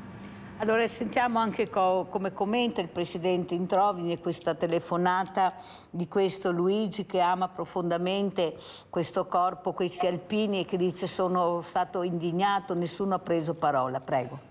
Ecco, io avrei bisogno di un suo aiuto, Mirella, perché non ho l'auricolare, non ho sentito bene l'intervento del signor Luigi, l'inciso che ha fatto. Ho sentito che parlava di un cartello. Sì, dove era scritto alpini assassini, e questo l'ha molto indignato. Era a Trento che è successo questo, perché lui ha detto che qualcuno doveva prendere posizione, specialmente nei piani alti degli alpini, perché questo cartello era indegno. Beh, se si riferisce alla dunata di Trento, che qualcosa c'è stato, qualche rimostranza sì, ma vabbè, ma che dire, noi le prendiamo, sono purtroppo frasi fatte che si manifestano, ecco, negli aspetti meno nobili della nostra società, sono attacchi che ci vengono portati da qualcuno che non divide il nostro pensiero, c'è chi ci considera guerrafondai senza sapere assolutamente chi siamo noi, per cosa ci battiamo, per cosa lavoriamo. Ma ricordo semplicemente questo: noi non siamo nati per fare la guerra nel 1872, siamo nati per difendere la frontiera e le Alpi, e quindi questo spirito è sempre rimasto. Poi ovviamente abbiamo obbedito al giuramento di fedeltà prestato alla patria, siamo purtroppo stati trascinati in guerra, abbiamo dovuto imbracciare le armi, ma le armi che noi oggi invochiamo anche sulla preghiera dell'Alpino non sono le armi da fuoco, sono le armi della nostra bimillenaria ormai civiltà cristiana, sono le armi della solidarietà, della condivisione, della forza che noi dentro abbiamo e che vogliamo trasmettere, le armi della persuasione contro la guerra, contro ogni forma di violenza. Io l'ho detto anche ieri in occasione della 92esima dunata sezionale mia di Vittorio Veneto, nel 50esimo della festa del gruppo di Cozzuolo. Noi alpini abiuriamo la guerra, noi siamo per la pace tra i popoli, ovviamente che passi attraverso il lavoro di convincimento, attraverso anche il sostegno da dove ve n'è bisogno, nell'andare incontro alle popolazioni che hanno fame, non necessità, ecco, di proiettili di piombo.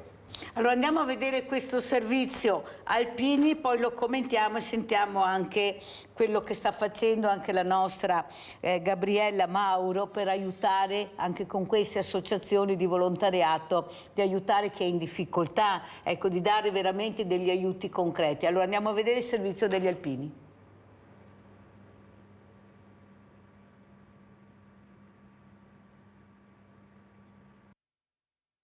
100 anni, un secolo di storia per gli alpini della sezione di Marostica, un traguardo che rivolge lo sguardo con emozione al passato, quando nel lontano 8 aprile del 1923 i reduci alpini di Marostica si riunirono all'allora Trattoria Risorgimento per costituire la sezione.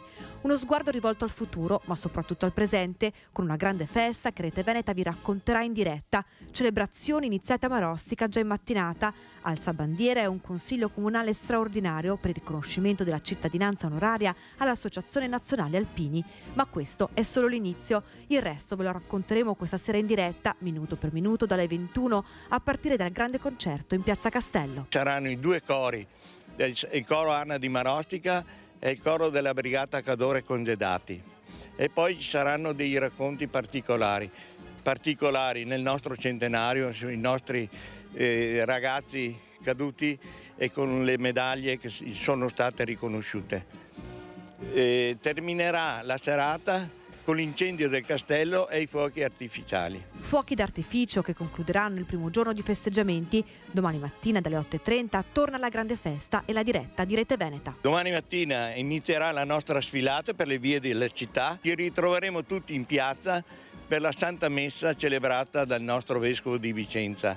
E poi ci saranno le allocuzioni dei nostri rappresentanti politici e amministrativi. 2 giorni di celebrazioni per un traguardo che riempie d'orgoglio tutta la città. Sì, è un momento d'orgoglio. Abbiamo festeggiato meno di una settimana fa i 100 anni della partita a scacchi, ora celebrare anche questi 100 anni del Corpo degli Alpini. Di fatto Marostica celebra il volontariato, celebrano persone, qui è un corpo naturalmente militare che però lavora di fatto nelle nostre frazioni, nei nostri quartieri, all'interno delle nostre proloco, sempre per dare un servizio ai cittadini. Come sempre viva gli Alpini. E come sempre, viva gli Alpini.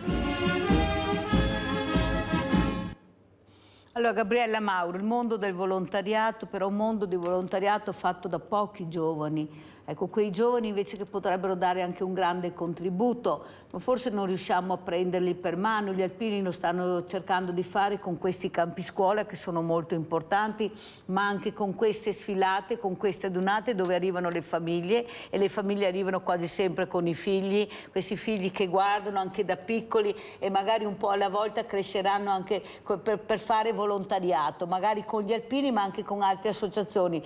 Ma soprattutto abbiamo sentito i fuochi d'artificio. Ieri, pensate, un ragazzo assieme ad altri coetanei ha acceso una bomba a carta, ha perso la mano, il braccio, l'avambraccio, ecco perché veramente è esploso e non è riuscito a scappare in tempo. Ecco, questi giochi pericolosi, forse se facessero più volontariato, che li avessimo più un po' sotto tutela, tante cose non succederebbero. Ma perché si fa così fatica, Gabriella, ad avere questi giovani? E sì che associazioni di volontariato, associazioni di categoria, associazioni militari, tutti cercano, ma molto divisi, molto a sé. Prego. Io credo una cosa, che i ragazzi oggi siano in grande confusione, hanno bisogno di esempi, hanno bisogno di essere un po' presi per mano, usiamo proprio questo. Noi come associazione per cui Emporio Solidale di San Donà di Piave abbiamo deciso di collaborare con appunto le altre associazioni, per cui i campi scuola, con i GRES, con tutte le attività che vengono portate avanti durante l'estate, proprio con il sostegno anche alimentare, di tutte le cose che loro necessitano, ma soprattutto per coinvolgerli, per farci conoscere, per far capire cos'è anche il mondo del volontariato, perché spesso diciamo non ci sono, però dobbiamo anche noi cercare di comprendere la loro vita quotidiana, per cui lo studio, il divertimento, poi gli amici e quant'altro. Sicuramente c'è tanta strada da fare, perché noi abbiamo bisogno dei giovani, come loro hanno bisogno di conoscere meglio tutto quello che le associazioni fanno, perché anche loro cresceranno e loro volta dovranno essere futuri formatori per altri ragazzini, per cui come associazione noi ci stiamo impegnando proprio per essere a contatto con loro, ma soprattutto di farli entrare dentro le nostre strutture, magari con delle attività spot, quali le raccolte alimentari, quanto la distribuzione, il volantinaggio, la preparazione dei pacchi per altri bambini, ma abbiamo assolutamente bisogno di creare tante azioni perché loro ci possano conoscere meglio. Questo è il mio parere. Hai fatto bene a dirlo, forse dobbiamo coinvolgerli di più anche ad esempio nella colletta alimentare, che io proprio ringrazio sempre, perché questi alpini poi prendono questi prodotti, li raccolgono e poi ce li portano, vengono divisi tra le associazioni, perciò è un lavoro enorme. Ma non sarà il caso di riuscire a portare anche i ragazzi con voi, a fargli capire l'importanza di questo dono, l'importanza anche del sacrificio, perché dalla sera alla mattina devi essere presente. Ecco, forse dobbiamo unire di più le forze. Cosa dice Presidente Introvini? Sono perfettamente d'accordo anche con quanto ha detto la signora Gabriella, sono aspetti fondamentali della vita che noi dobbiamo riuscire a trasmettere ed è chiaro che dobbiamo coinvolgere con unitarietà di intenti tutte le buone azioni. Noi non vogliamo che il progetto che hanno proposto dalla nostra associazione sia il modello, né manco l'unico, è uno strumento, è un modo, noi crediamo in quel che facciamo e lo proponiamo e vediamo che viene ben accetto, ma tutte le azioni che servono a far crescere i nostri giovani, soprattutto attraverso i gesti di buona volontà della condivisione, sono necessari per uscire da questo mondo pregno così di tanta forma dispersiva, per non dire anche di talvolta di cattiveria, ma anche si perdono proprio i giovani in azioni più grandi di loro stessi. Ecco, faccio riferimento alla bomba carta di ieri, di cui un po' ho letto e ho scorso qualche cronaca.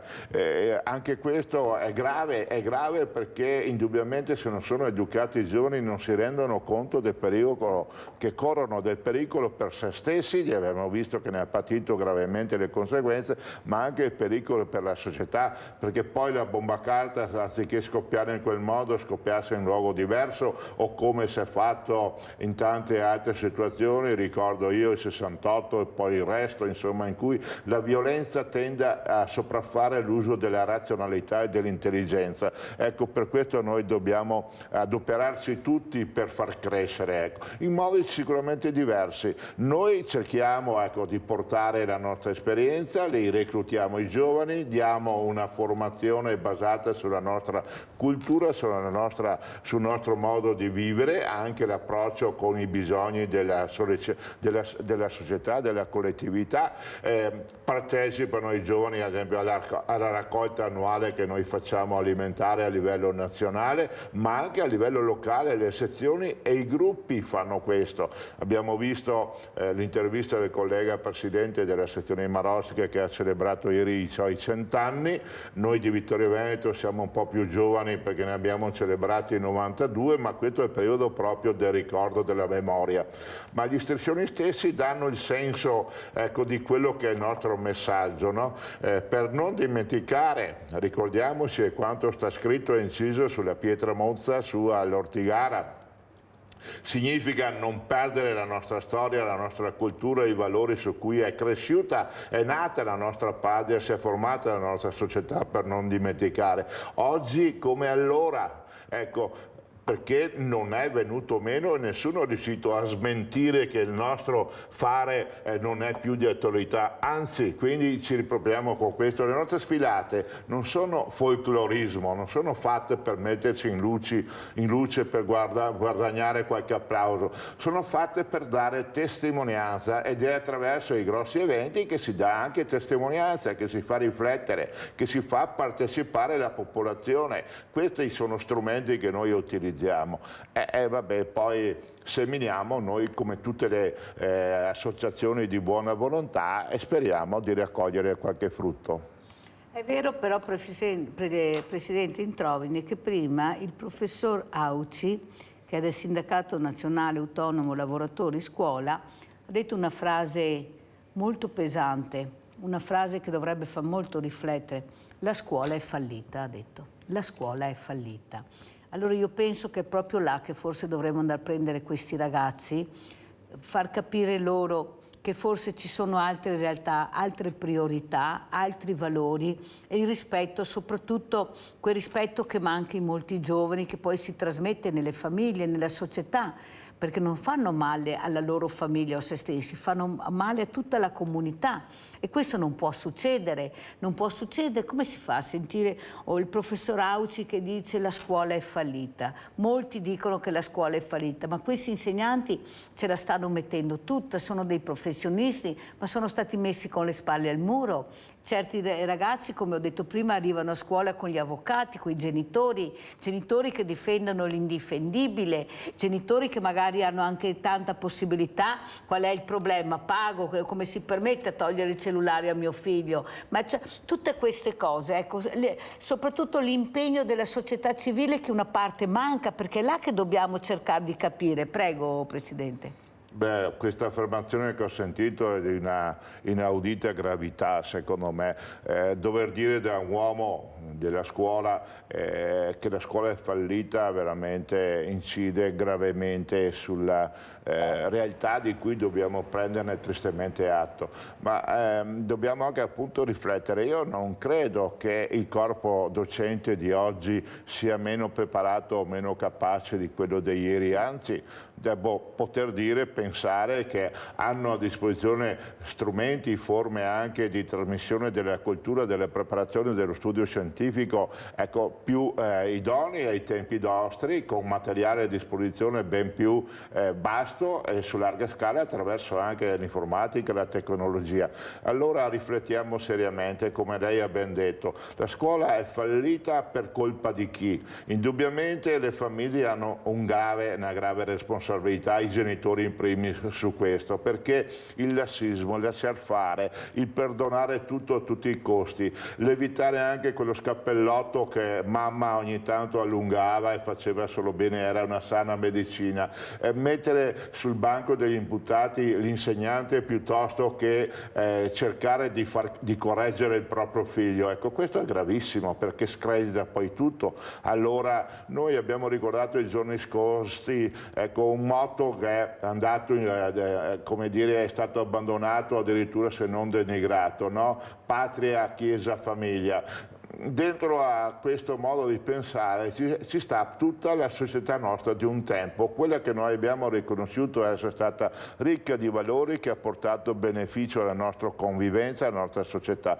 Allora rimoduliamo, ecco, questo modo di pensare, ma dentro a quei valori là non possiamo che riconoscerci anche oggi. Allora sicuramente bisogna ricominciare da capo, bisogna ripartire. I genitori devono assumersi la responsabilità, tra l'altro verso chi? Verso i pochi figli che mettono al mondo, oltretutto. Troppi pochi sono i figli che mettono al mondo i genitori d'oggi, e anche questo per me è una forma di egoismo. Sicuramente ci sono tante difficoltà, c'è l'aspetto economico, c'è il voler dare tranquillità e sicurezza, ma mi chiedo anche come mai sono i cittadini meno abbienti che fanno più figli e in qualche modo crescono? Sì, ecco, non voglio andare oltre perché poi le riflessioni sono tante, no? Però un tempo, quando i miei genitori erano poveri, hanno messo al mondo 2 figli. Oggigiorno non c'è neanche la media della parità, cioè la crescita è comunque sotto 0, neanche tanti quanti sono i genitori. Riflettiamo su questo. Infatti l'ho detto anche l'altro giorno, non è proprio vero, io non ci credo che questi futuri genitori che dovrebbero essere, tutta la colpa sia del dio denaro, costa troppo mettere su famiglia, costa troppo fare figli. In parte sarà anche vero, ma in parte mi sa che sono talmente, esatto, un po' viziati, diciamo, da lasciare tutto quello che hanno, che si fa fatica a mettere famiglia perché è impegno, è sacrificio e qualcuno non lo capisce. Io l'ho detto, per fortuna che il Presidente è della mia stessa idea. Allora andiamo a vedere anche questo Alpini Bosco, pene mozze, e poi lo commentiamo.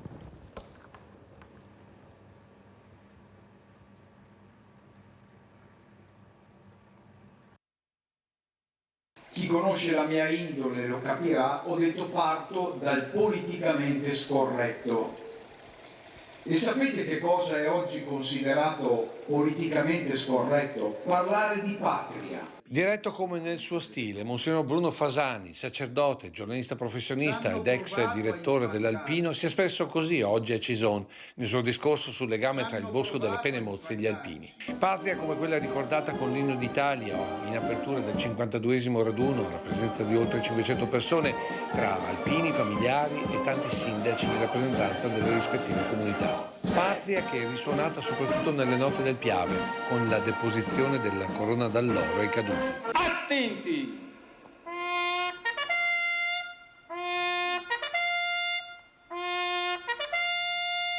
Onori ai caduti! Dio, patria e famiglia, concetti che per Monsignor Fasani devono tornare ad essere dei punti di riferimento, soprattutto per le nuove generazioni. La patria non è un pensiero, la patria è una storia che mi identifica ed è verticale, che parte dai morti, va nel presente e finirà nel futuro. E patria come base di partenza per la gestione anche dell'immigrazione. È il sopravvivere del concetto di una patria alla quale apparteniamo.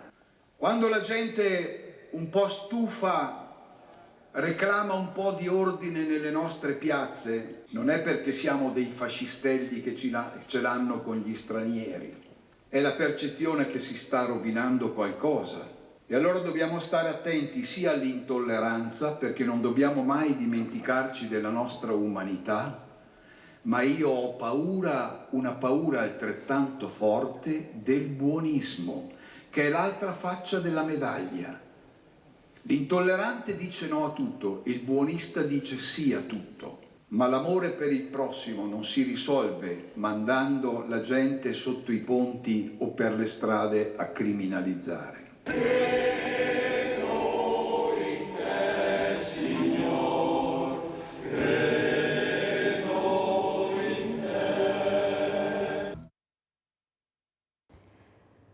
Allora, Dio, patria, famiglia, Gabriella Mauro. Dio che ci aiuta nel mondo del volontariato, lo facciamo per la patria, da nord a sud, da est a ovest, basta vedere il numero di associazioni di volontariato che abbiamo in Italia. Famiglia, la famiglia è quella che ci dà forza, che entra in questo mondo del volontariato, persone che vogliono aiutare, e poi si crea questa famiglia che è la grande famiglia dell'associazionismo e del mondo del volontariato. Però siamo sempre là, siamo sempre divisi, frastagliati, non facciamo squadra. Questi ragazzi lo sentono, forse per questo non riusciamo ad arrivare. È una cosa veramente che loro non conoscono, perché in famiglia non viene spiegato. Chi ha la fortuna di avere un volontario in famiglia è un discorso, ma chi non ce l'ha come fa ad arrivare? La scuola molte volte è chiusa, si fa fatica a entrare, non tutti i dirigenti sono così aperti, qualcuno ha la fortuna di arrivare 2 o 3 volte all'anno, ma il ragazzo non ha più voglia di sentire la solita predichetta o la solita io sono, faccio, ha bisogno di essere protagonista. Cosa vuoi dire, Gabriella? Penso che tutto quello che appunto è appena stato detto ci deve far riflettere, perché questo protagonismo che oggi i ragazzi hanno non è altro che una dimostrazione di insofferenza, di mancanza di valori. I valori che appunto abbiamo appena sentito pronunciare da, mi sfugge il nome, è quello proprio del grande valore che ognuno di noi deve avere, per cui la patria, appunto abbiamo detto la Chiesa, la famiglia, perché la famiglia deve essere fatta di valori e soprattutto li deve insegnare ai propri figli, ma li deve dimostrare, viverli giorno per giorno. I ragazzi sono stanchi delle contraddizioni, tu dici una cosa però ne fai un'altra, per comodità mi concedi molto, poi alla prima mi fai la romanzina. È vero tutto questo, anch'io vengo un po' dal mondo della scuola e vedo queste contraddizioni. Alcune volte la famiglia vuole, diciamo, delegare alla scuola la formazione, l'educazione dei figli. Non è possibile, perché il quotidiano è quello che ti forma da quando sei piccolo.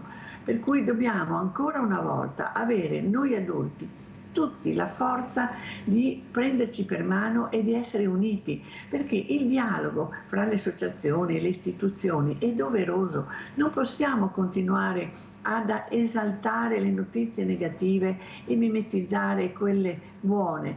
Non dobbiamo fare grandi pubblicità, ma anche basta parlare sempre del negativo, cerchiamo di portare avanti il positivo, perché i ragazzi hanno bisogno di esempi positivi. Io ho notato per televisione in questo periodo, hanno fatto vedere quel linciaggio, è stato terribile vedere, io dico, dei ragazzini che se li prendi uno per uno sanno tutti essere buoni, hanno tutti dei valori, però quando sono nel branco ecco che si dimenticano delle cose importanti, delle cose buone e manifestano solo il disagio. cosa possiamo dire? Dobbiamo assolutamente noi dell'associazionismo, visto che siamo volontari, fare quello sforzo umano di dire noi dobbiamo essere per il bene, piantiamola di guardare le cose negative, facciamo uno sforzo non solo nel fare, ma nell'essere, nel coltivare i valori, perché i valori sono la base di una società. Questo è quello che penso. Allora andiamo a sentire anche questo servizio, sentiamo le parole di Elisa Lombardi, che è una volontaria. Andiamo a sentire.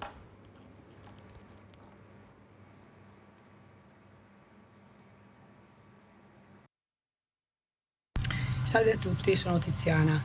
Ho scoperto l'Emporio Solidale a seguito, diciamo, del periodo del Covid, dove l'associazione della quale io facevo parte, essendo in ospedale, non poteva essere operativa. L'Emporio da noi qui a Mestre è un piccolo supermercato dove noi volontari accompagniamo le famiglie e cerchiamo di indirizzarle.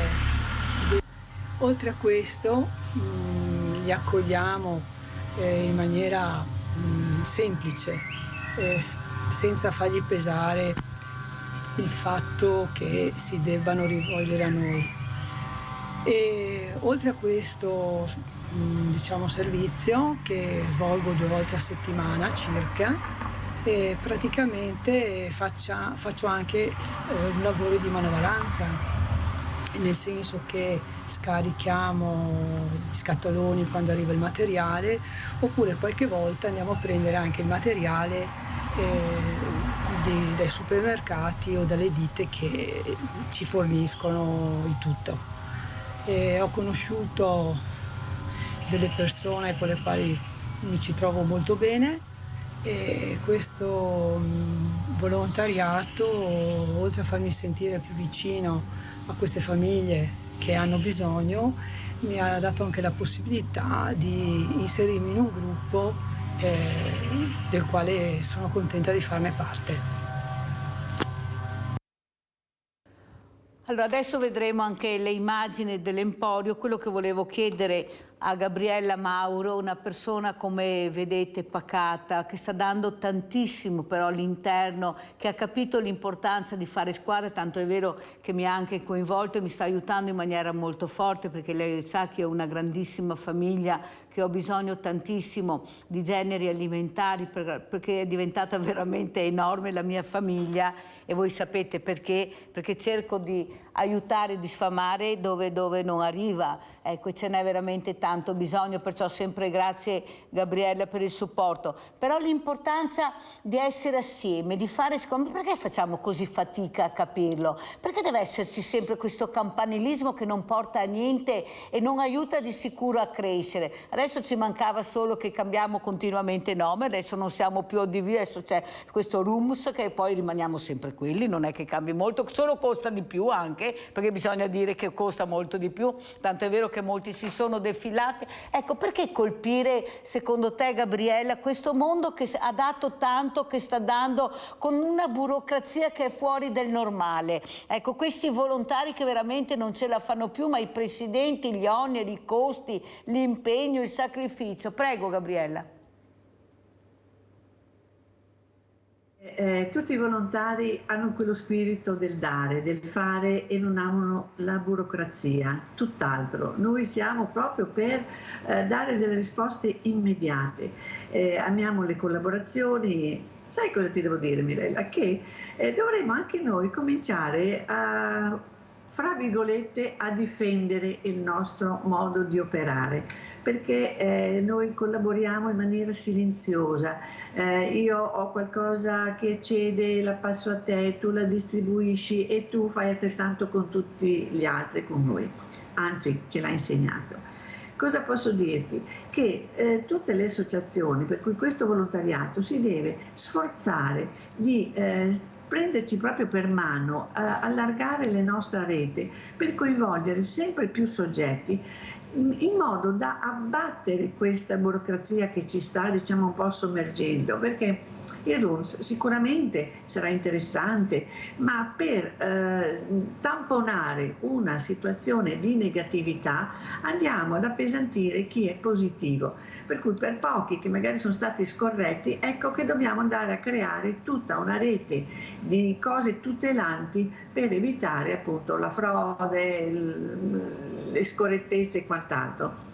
Io sono convinta che se continuiamo ad operare bene, ci sforziamo di collaborare tra di noi come associazioni e di coinvolgere sempre di più le persone e soprattutto, come dicevamo prima, la necessità di coinvolgere i ragazzi, io credo che ce la faremo. Sono tempi duri, questo è vero, però da che mondo è mondo i valori non possono scomparire, per cui continuiamo a crederci e soprattutto ad aiutarla, perché le voci della signora che abbiamo intervistato di Mestre, la semplicità, l'umanità e questa dedizione, ma dobbiamo accoglierla e veramente farla nostra e divulgarla ogni giorno in modo che diventi contaminante, questo crede.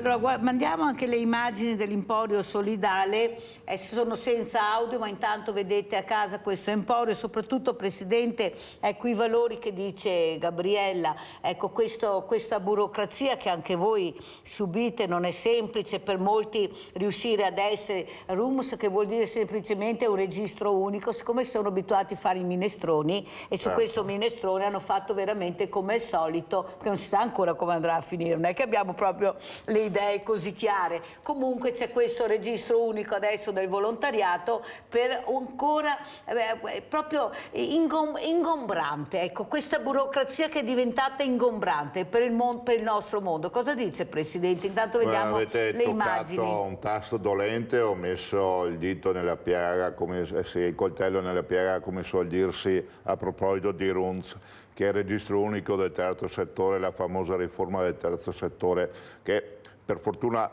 è slittata nell'entrata in vigore del prossimo anno, ma noi ne siamo veramente vittime in modo grave, e colgo l'occasione appunto per dire che la questione è ancora viva, nel senso che pensate che noi siamo stati, per la solerzia di qualche buon funzionario a proposito della cattiva burocrazia, perché c'è necessità della buona burocrazia, ma per l'interpretazione estremamente rigida e riduttiva ci ha escluso dall'iscrizione al registro del settore del volontariato.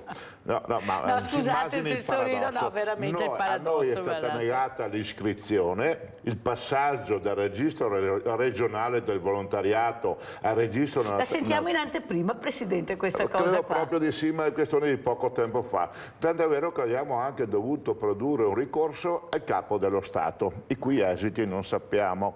Ieri, nella mia allocuzione alla adunata nazionale, sezionale di Vittorio Veneto, ho proprio anche fatto questo inciso, ho fatto appello, no? Denunciando proprio questa situazione che è paradossale, proprio dire che gli alpini non hanno titolo all'iscrizione nel registro del volontariato. Lo facciamo da sempre, ho detto, e continueremo a farlo nonostante anche questi aspetti negativi, perché è paradossale, perché sta nel nostro DNA, perché lo abbiamo all'articolo 2 del nostro statuto, da sempre viviamo di quello. Ma qual è la motivazione secondo lei, Presidente? Anche quello è paradossale. Allora la motivazione sarebbe un po' duplice. Prima, che noi non facciamo in forma prevalente volontariato, quindi anche questo proprio è aberrante. Secondo, e qua sta la gravità, noi non abbiamo uno statuto unico specifico, individuale per le 80 sezioni italiane in cui siamo ripartiti, ma utilizziamo lo statuto unico nazionale, perché viva Dio, noi siamo associazione d'Arma, ci rifacciamo agli unici ideali, siamo figli dello stesso padre, della stessa famiglia, noi condividiamo gli stessi valori. La differenza nello statuto su cui noi poggiamo il nostro agire sta nel nome, nella denominazione, nella sezione, nel cognome e nome del Presidente pro tempore che la regge, ma non nei contenuti e nella sostanza. Dirsi che dobbiamo avere uno statuto distinto significa negare la nostra identità, la nostra storia, il nostro patrimonio. Questo è grave. È gravissimo questo qua, no? E pensi dove siamo arrivati. Poi si ha voglia di dire che a livello di governo, di Parlamento, si sta studiando un emendamento, chissà quando verrà approvato. Ma no? intanto? Ma intanto questa è la realtà, che poi significa perdere, come dire, ad esempio i rimborsi spese, ma i rimborsi spese, non la remunerazione. Il nostro è solo ed esclusivo totale volontariato gratuito. Questa è la realtà che viviamo. Eppure, ecco, pensi un po'. Eppure è successo anche con insegnanti, professori di ruolo, insegnanti di ruolo, che la burocrazia ha cancellato per uno sbaglio. Qui mettiamo lo sbaglio. Ma non è, Presidente, che forse certi burocrati dovrebbero essere spostati di ruolo, ma non è ammesso che ci siano queste cose. Avete sentito perché lo statuto che voi adottate non è singolare, è unico, e questo non va bene. Ma chi è che l'ha detto? Ma chi è che ha deciso questo? E là il problema è l'interpretazione. Purtroppo la norma, le leggi sono principi a carattere generale che poi sono soggette alla individuale, personale, soggettiva interpretazione. Questo è vero, ma riconosciamolo che è così, ma non possiamo nemmeno stravolgere anche quella che è la logica dell'interpretazione. Misuriamoci, confrontiamoci anche con la stragrande maggioranza di buoni e bravi funzionari che hanno interpretato bene la norma e non hanno messo questi veti. Confrontiamoci anche a livello proprio di giurisdizione sull'argomento nostro associativo. Vediamo di capire perché ci può essere anche una qualche difficoltà, affrontiamola insieme, discutiamola e risolviamola. Questo è il percorso. E invece ecco, ci si ferma così, al paletto. Non lo sapevo, ma visto che ho toccato proprio un tema che è un tema attuale, guardate mi che avete veramente portato a questo, siccome il tema è di attualità, certo. Io l'ho voluto dire perché non dobbiamo nascondere nulla e noi non ci vergogniamo certo di quello che abbiamo fatto e che continuiamo e continueremo a fare. Allora andiamo a vedere proprio questo video dell'Emporio Solidale Basso Piave di Gabriella Mauro. Andiamo a vedere il video.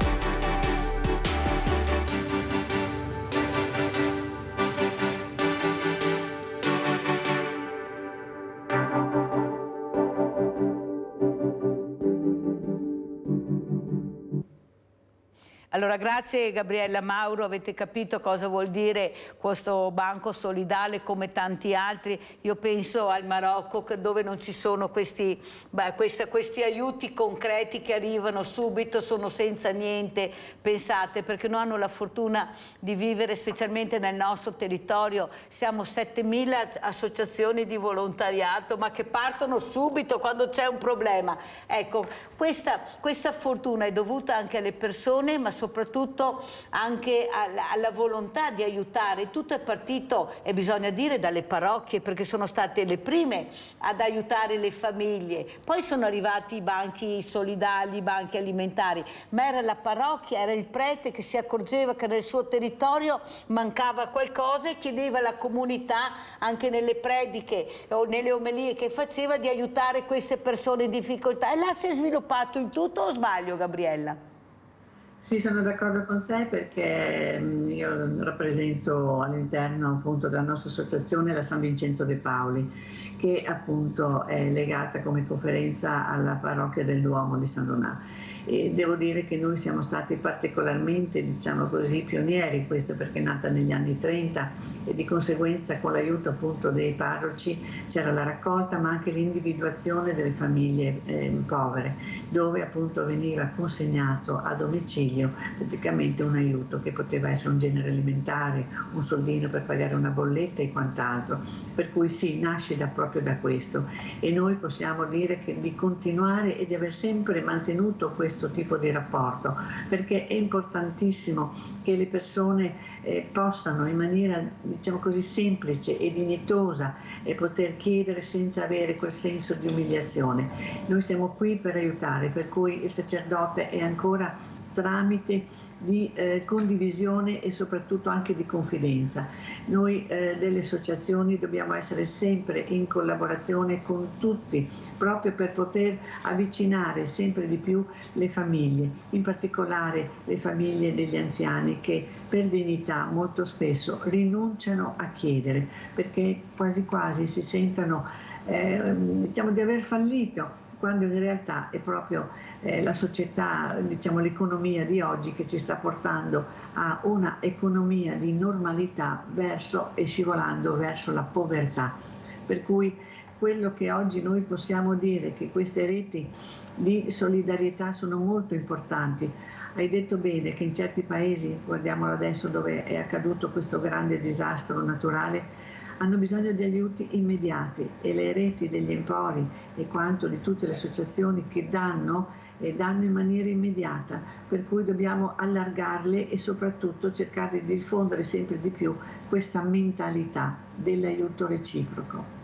Grazie Gabriella, anche perché ti avrei chiamato, perché appunto ieri sono stata in contatto con Abdallah Karzagi, ecco, della cooperativa Hilal, era in Marocco, ritorna oggi, e ha chiesto veramente di aiutarlo, perché lui farà da tramite, ecco, essendo lui anche un operatore, ma soprattutto è una persona molto conosciuta nel nostro territorio, è una persona che veramente ha cercato sempre di aiutare. Io dico sempre che quando sono partita è stato il primo che mi ha aiutato, ecco, perché non avevo niente, ed è stato il primo ad aiutarmi, io non lo dimenticherò mai. È un operatore culturale, sta aiutando tanti ragazzi anche che sono arrivati per cercare di inserirli, è una comunità conosciutissima, lo conosce il presidente della regione, lo ha ben conosciuto sia il sindaco Gentilini, è stato il primo a dare la cittadinanza, è tutto dire il sindaco Gentilini che ha dato la cittadinanza. Abdallah Karzagi però è sempre stato una brava persona, molto umano, che ha cercato sempre di fare integrazione, socializzazione, e questo gli va dato atto. Perciò Gabriella, se puoi anche tu cercare di aiutare tramite Abdallah, che sarà il referente che abbiamo qua, uno dei referenti che avremo qua a Treviso, forse ce ne saranno altri, però il mio referente è lui, e sono sicura che quello che daremo sicuramente arriverà in Marocco, perché c'è anche questo punto di domanda dopo, Presidente. Dove va a finire tutta la roba? Non tutta arriva, lo sappiamo, è giusto anche dirlo, ma sono le persone che stanno aspettando perché hanno perso tutto. Avevano la casa fatta di tufo, avete visto, terra e pietra, capite bene che queste persone hanno bisogno di essere aiutate. Allora, Presidente, prego. scusami, conta su di noi perché sai che noi ci siamo, per cui ci sentiamo privatamente. Grazie veramente Gabriella, a quello che rappresenti alla San Vincenzo De Paoli, grazie veramente. Allora, ecco, abbiamo Gianfranco Valeri in linea, poi salutiamo il Presidente. Ciao Gianfranco. Sì, buongiorno signora Mirella. Buongiorno. Buongiorno ai suoi ospiti. Mirella, l'altro giorno ero qui nel parco e ho visto un gruppo di ragazzi, 2 di 17 anni e 2 di 18, e parlando così più o meno, a me piace parlare un po' con i giovani così. Sa cosa mi è rimasto impresso? Quando sono andato sul discorso, sapete che qui a Fagarè, poco lontano, c'è un monumento che sono tutti ragazzi come voi dentro, morti, praticamente che noi usufruiamo di questa libertà che ci hanno rimesso anche loro. Non sapevo, di tutti i 4 non sapeva nessuno che a Fagarè era, non c'era mai detto nessuno, né a scuola, mai fatto una cita, mai niente. Ecco, volevo solo questo. Buongiorno e grazie e buon lavoro. E ti ringrazio di questo, perché è quello che non riusciamo a capire, che forse dobbiamo arrivare a questi ragazzi anche con questa storia, perché è anche la loro storia. Perché se sono diventati grandi è merito anche di questi ragazzi che non ci sono più, che veramente andavano a 16, 17, 18 anni contro una guerra incredibile, ecco, però per la patria, ecco, Chiesa, patria, famiglia, famoso non a caso. Prego Presidente, cosa vuole dire, come ci saluta? Ma sto riflettendo seriamente sulla grave sciagura accaduta in Marocco, come tanti altri del resto, ma questa ha dimensioni proprio notevoli, e credo che non spetta a me adesso anticipare azioni e considerazioni, ma credo che la nostra Presidente nazionale, come sempre ha fatto, magari metterà in campo qualche buona azione, secondo anche quanto ci verrà chiesto dall'ordinamento nostro, dal Dipartimento della Protezione Civile e così via, per dare in aiuto e soccorso a queste popolazioni così disastrate, e come ripeto sempre abbiamo fatto, credo che ancora continueremo a fare. Del resto, tornando alla nostra storia, tornando appunto alle immagini, prima ci hanno fatto vedere quanto abbiamo celebrato il 27 agosto scorso al Bosco delle Penemozie a Cison, al 52esimo incontro. Proprio il riferimento era alla locuzione ufficiale fatta da Monsignor Bruno Fasani, già direttore del nostro mensile L'Alpino. Ecco, tra le altre cose appunto ha ricordato i valori fondanti, basanti, Dio, patria, famiglia, ma non lo ha detto da sacerdote, lo ha detto da persona che vive realmente la nostra realtà, la nostra identità, e che si propone, ecco, e quindi tornare al concetto, ecco, dei valori nostri, lo spendersi, ecco, per quanto è necessario, significa, ecco, andare incontro anche alle esigenze che si presentano quotidianamente.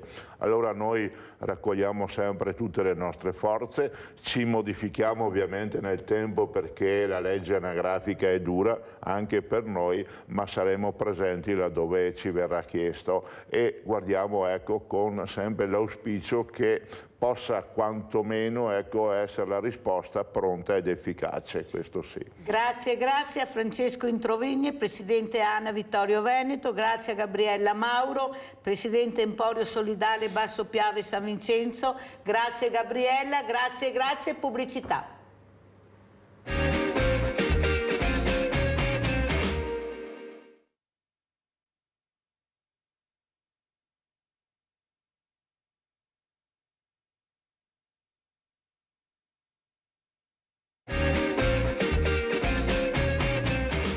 E vi presento altri graditi ospiti. Abbiamo in presenza Renzo Cararetto, sindaco di Casier, primo mandato civica. Buongiorno sindaco, grazie di essere qui con noi. Abbiamo collegato anche Giuseppe Lossego, presidente Ordine Farmacisti Provinciali Treviso. Buongiorno presidente. Buongiorno Mirella, buongiorno a tutti. Allora partirei proprio dal sindaco Cararetto, ecco, questo sindaco che anche lui ce la sta mettendo tutta, anche lui parteciperà a questo grande evento all'ippodromo di Sant'Artemio per dare questo messaggio alle famiglie, perché la scuola ci sarà, lo sport ci sarà, CONI, ULS, CIP, insegnanti. Il problema, dobbiamo arrivare alle famiglie. Lei ha subito pochi giorni fa questi atti di vandalismo ignobili, questi genitori, alcuni, non tutti, attenzione, che non riescono a capire che devono fare dei genitori autorevoli, non autoritari, autorevoli, che è diverso, perché là il primo anello, o sbaglio, Sindaco? E grazie anche per quello che fa, prego. No, grazie, e credo, come sto sostenendo, che bisogna insistere con i genitori, perché ragazzi bravi ce ne sono tantissimi e dovremmo anche cominciare a pubblicizzarli un po' di più. Perché io vedo anche nel mio territorio, quando facciamo delle feste, delle manifestazioni, ne ho tanti che si dedicano e che danno contributo e che sicuramente le loro famiglie sono assieme. Ma poi abbiamo, come l'episodio che è successo, abbiamo questi microbande. Bravo. Che però non riesco a capire, io l'ho detto e confermo e sono anche arrabbiato per capire dove sono i genitori. Non posso pensare che in un territorio come quello di Casier, ma in tutti gli altri, che ragazzi di 13, 14, 16 anni, non lo so, non dovrebbe fare neanche i maggiorenni, per carità, ma non riesco a capire il motivo per cui abbiamo trovato questi ragazzi di 14 anni incappucciati che sono andati a fare un ride vandalistico su un'abitazione. Ma alle 2 di notte? Allora io, per carità, prenderei questi ragazzi, li prendo e cerco di capire, ma prima di tutto prendo i genitori. Lei ha già avuto il contatto con i genitori? Lo sto avendo. Ma già fatto? No, lo sto Poi ci racconterà, senza naturalmente fare nomi, cose che dicono, perché io vorrei anche capire come possono difendere l'indifendibile.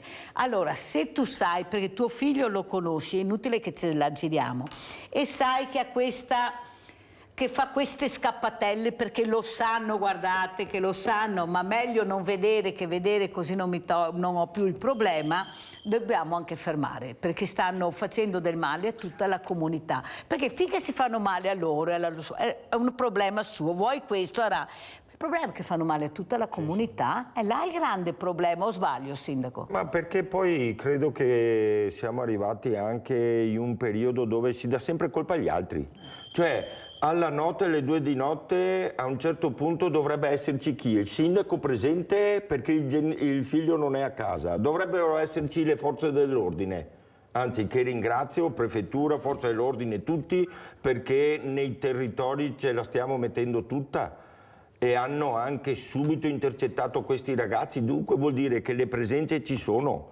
Vuol dire che i territori, tutto sommato, sono sotto controllo. Però dopo non dobbiamo abbandonarli così, sti ragazzi, dai, sveglia, genitori, dove siete voi invece? Io mi preoccupo dove sono loro.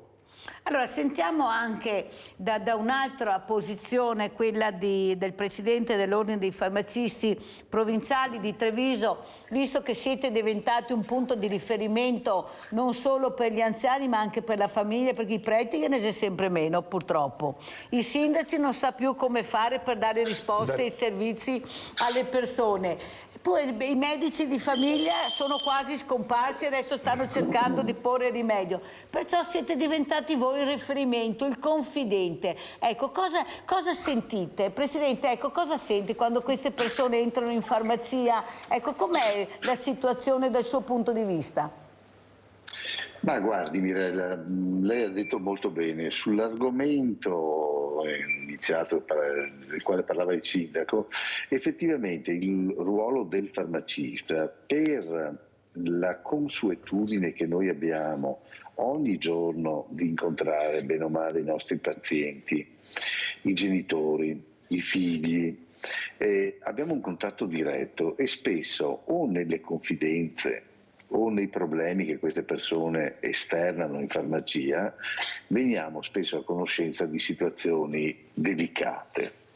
Le dirò che quando le situazioni sono particolarmente pesanti, eccetera, noi collaboriamo, parliamo dei casi più gravi, collaboriamo in maniera molto stretta con le forze dell'ordine, collaboriamo col comune, con gli assistenti sociali, per cui diciamo che è nella nostra forma mentis una collaborazione di vigilanza sul territorio, vigilanza sanitaria, ma anche vigilanza morale, vigilanza della persona, di cura della persona. Ecco, questo ruolo del farmacista, che non è solo il ruolo di dispensare medicinali o di curare la malattia di per sé, ma anche questa presa in carico, si chiama proprio così, presa in carico del paziente con tutte le sue necessità.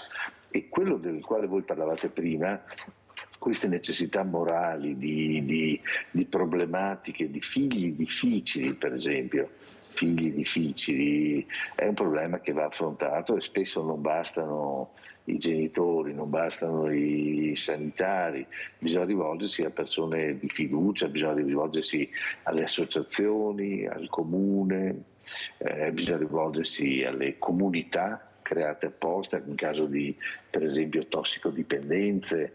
Ci sono delle comunità apposta che hanno dei protocolli, dei sistemi per venire incontro a questi ragazzi. Questo per impedire che poi tutto questo possa sfociare nella delinquenza e nelle problematiche che avete accennato prima. Presidente, un'altra cosa che vorrei capire, visto che se ne parla in questi giorni, questo aumento di questo Covid che ha ripreso a crescere, ecco, com'è la situazione? Ecco, cosa sente? C'è paura? Ecco, oppure mi nuovo combatta? Ecco, cosa sente? Lei come vede la situazione? Sì, io colgo l'occasione della sua trasmissione, Mirella, per veramente fare un attimo il punto della situazione. In questa ultima settimana abbiamo avuto un aumento del Covid del 44%, per cui se vogliamo vedere le statistiche siamo veramente in piena battaglia di nuovo col Covid. È evidente che non è più il Covid dell'anno scorso, ma sono delle mutazioni del virus che hanno reso il virus molto meno pericoloso.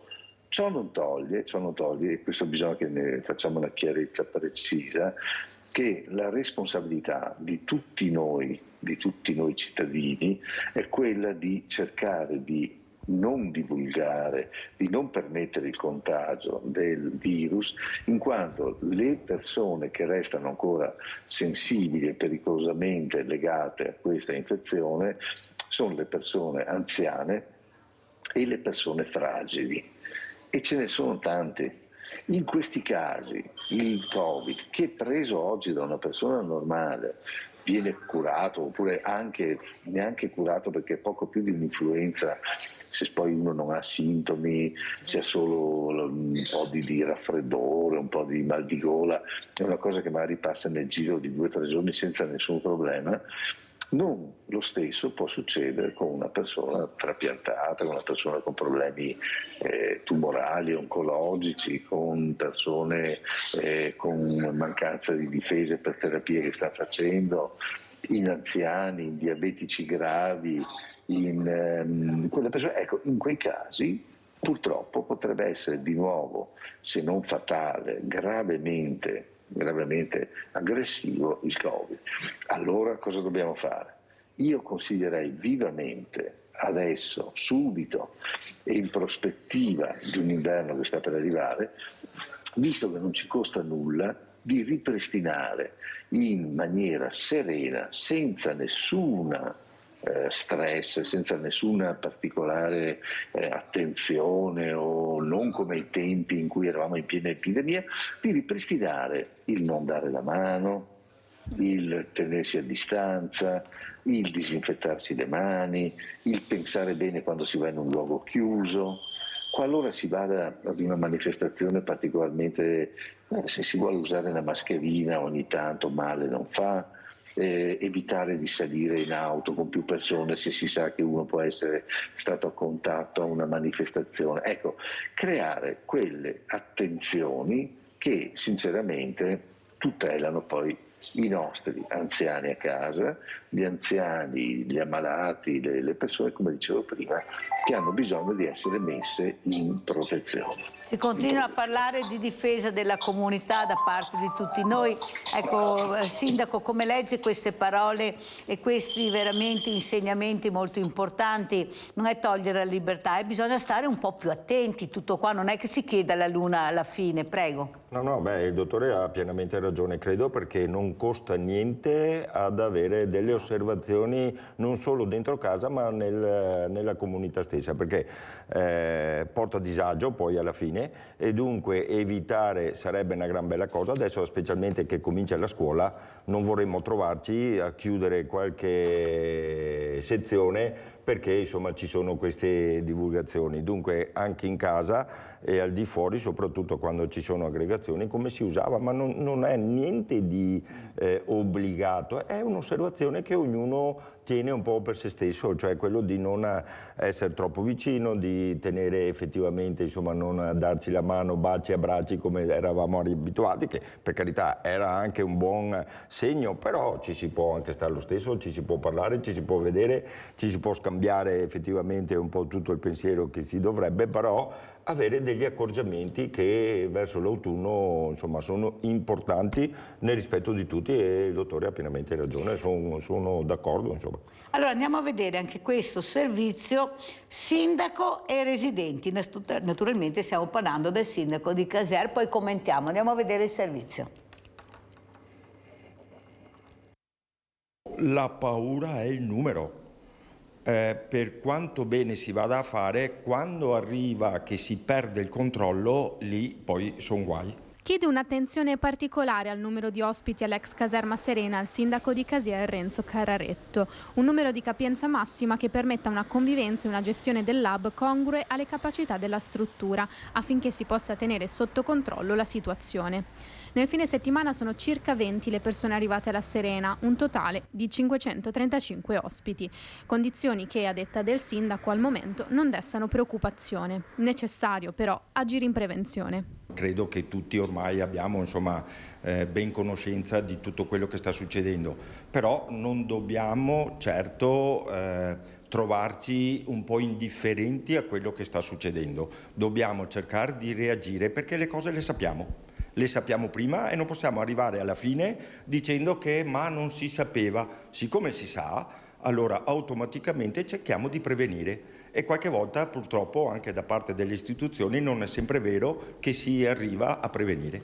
Un agire comune, una presa in carico delle persone in arrivo che sia di comunità e che coinvolga tutti i sindaci. No ai grandi hub quindi per il sindaco di Casier, che si pone sulla stessa linea delle soluzioni richieste ai primi cittadini della Marca dalla prefettura. Bisogna cercare un po' tutti di darci una mano. Credo che Casier in questo caso ha sempre negli anni dato una mano come territorio, come presenze, come disponibilità, però non sempre ha la possibilità di gestire anche territorialmente questi cittadini che hanno bisogno. E rispetto ai nuovi arrivi all'ex caserma Serena, i cittadini di Casier accolgono la notizia con un velo di rassegnazione. E ne arrivano sempre, non so dove andremo a finire, anche perché sono in giro dappertutto Casier, sulle piazzette, sono fermi e non fanno niente. Per me non dovrebbero farli arrivare, comunque l'Italia è così. Non è un grosso problema, per il momento non mi sembra che stiano disturbando come in altri periodi. Non so cosa dire, perché mi dico qua Poretti, non so mantenere tutta questa gente cosa fare, non so neanche a me cosa dire. Fa peccato, dispiace, però chi dovesse aiutarli a casa sua. Non penso, è troppo lungo il discorso. È un po' rassegnato? Ma no, non è rassegnato, dipende da loro, dovrebbero stare bene a casa loro, dovremmo dare una mano alla casa loro. Qui da noi stanno male loro. Se la gente pensa di fargli del bene così, bene, no? Sembra rinchiusi, sai, gli uccellini dentro le gabbie. Ma se c'è gente che è convinta di fare del bene, bene, lasciamoli che credano così. Allora, era un servizio di luglio di quest'anno, sindaco. Com'è la situazione attuale e cosa prevede lei che ha la situazione, i numeri in futuro? Beh, la situazione più o meno è quella di luglio, più che meno. Fortunatamente il territorio è sotto controllo. Ringrazio la Prefettura e tutte le forze dell'ordine che si mettono a disposizione. Però non prevedo un periodo tranquillo, soprattutto per il fatto che abbiamo visto un po' insomma, la richiesta di poter avere delle disponibilità nei territori per fare un po' un'accoglienza diffusa. Non è andato più di tanto bene perché probabilmente quello che si diceva anche nel passato che con il fatto che noi come sindaci ci troviamo già con i nostri concittadini di avere insomma delle emergenze abitative, ci rimane poche disponibilità per mettere a disposizione.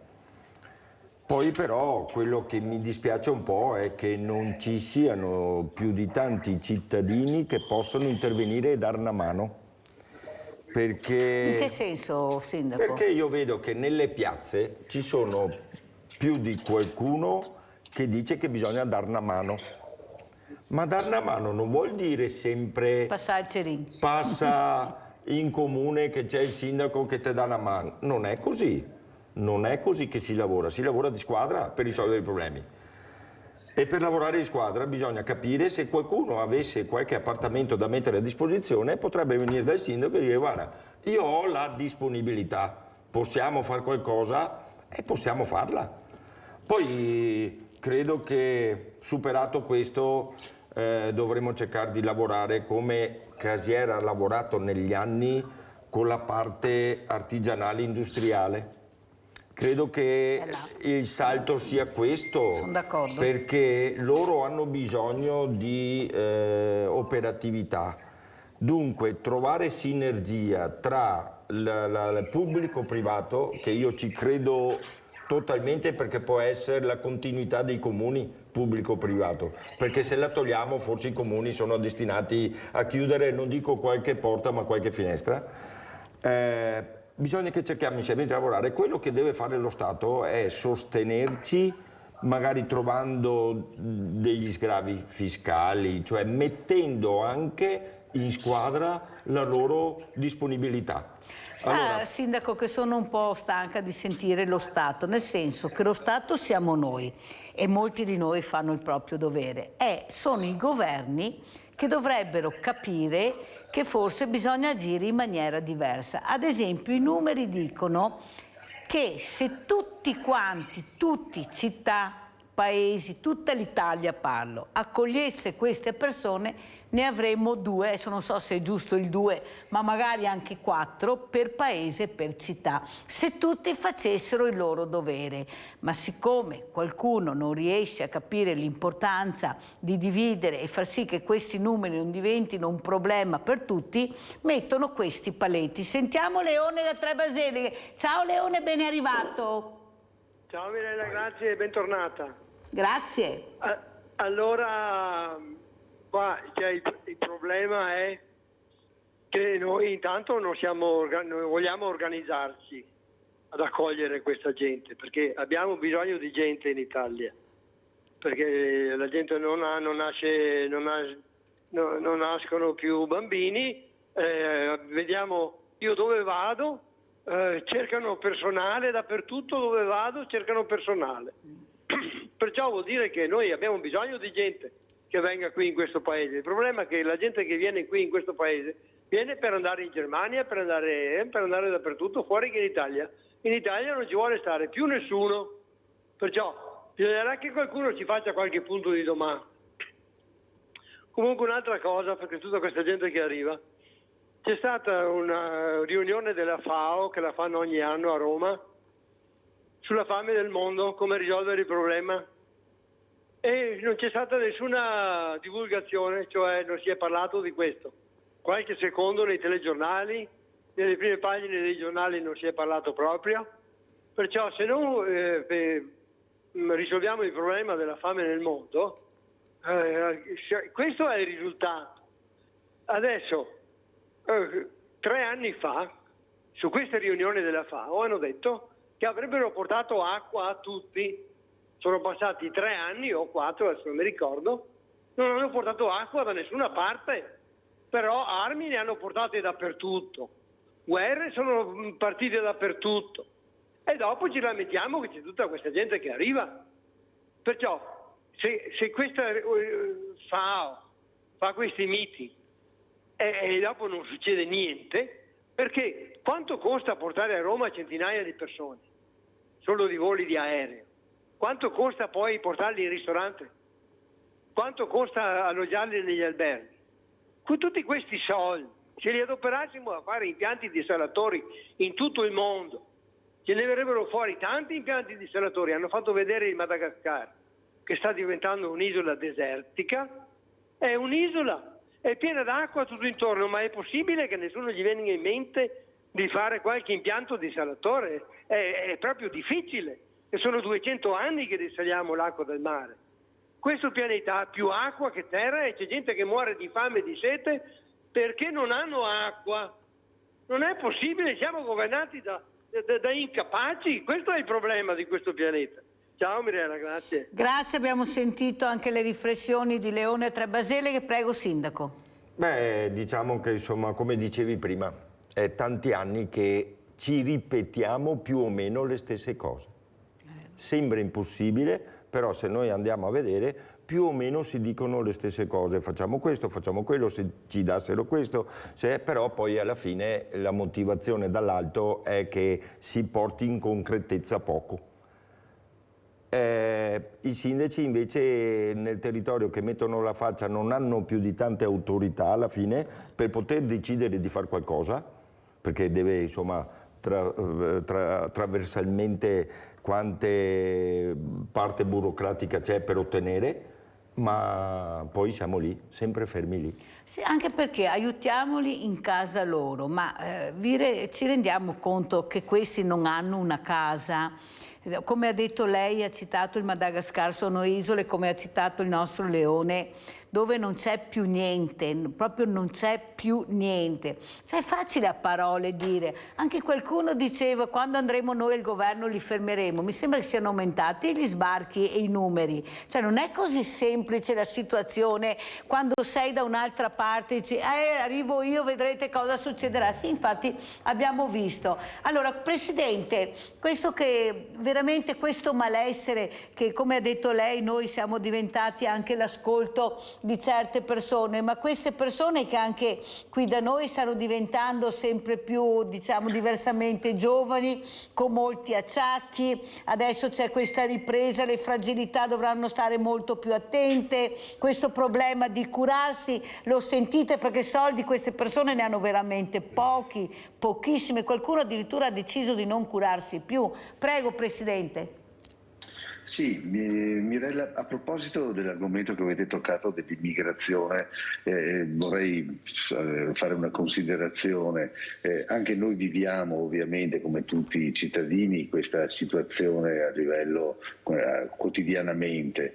Ormai il 20% delle persone che entrano, per esempio, nella mia farmacia sono o extracomunitari o stranieri e sono quasi sempre gran parte di persone ormai integrate nella realtà italiana, particolarmente corrette, particolarmente educate, a modo, con i figli che crescono in maniera serena e sostenuti dal sistema sanitario, no?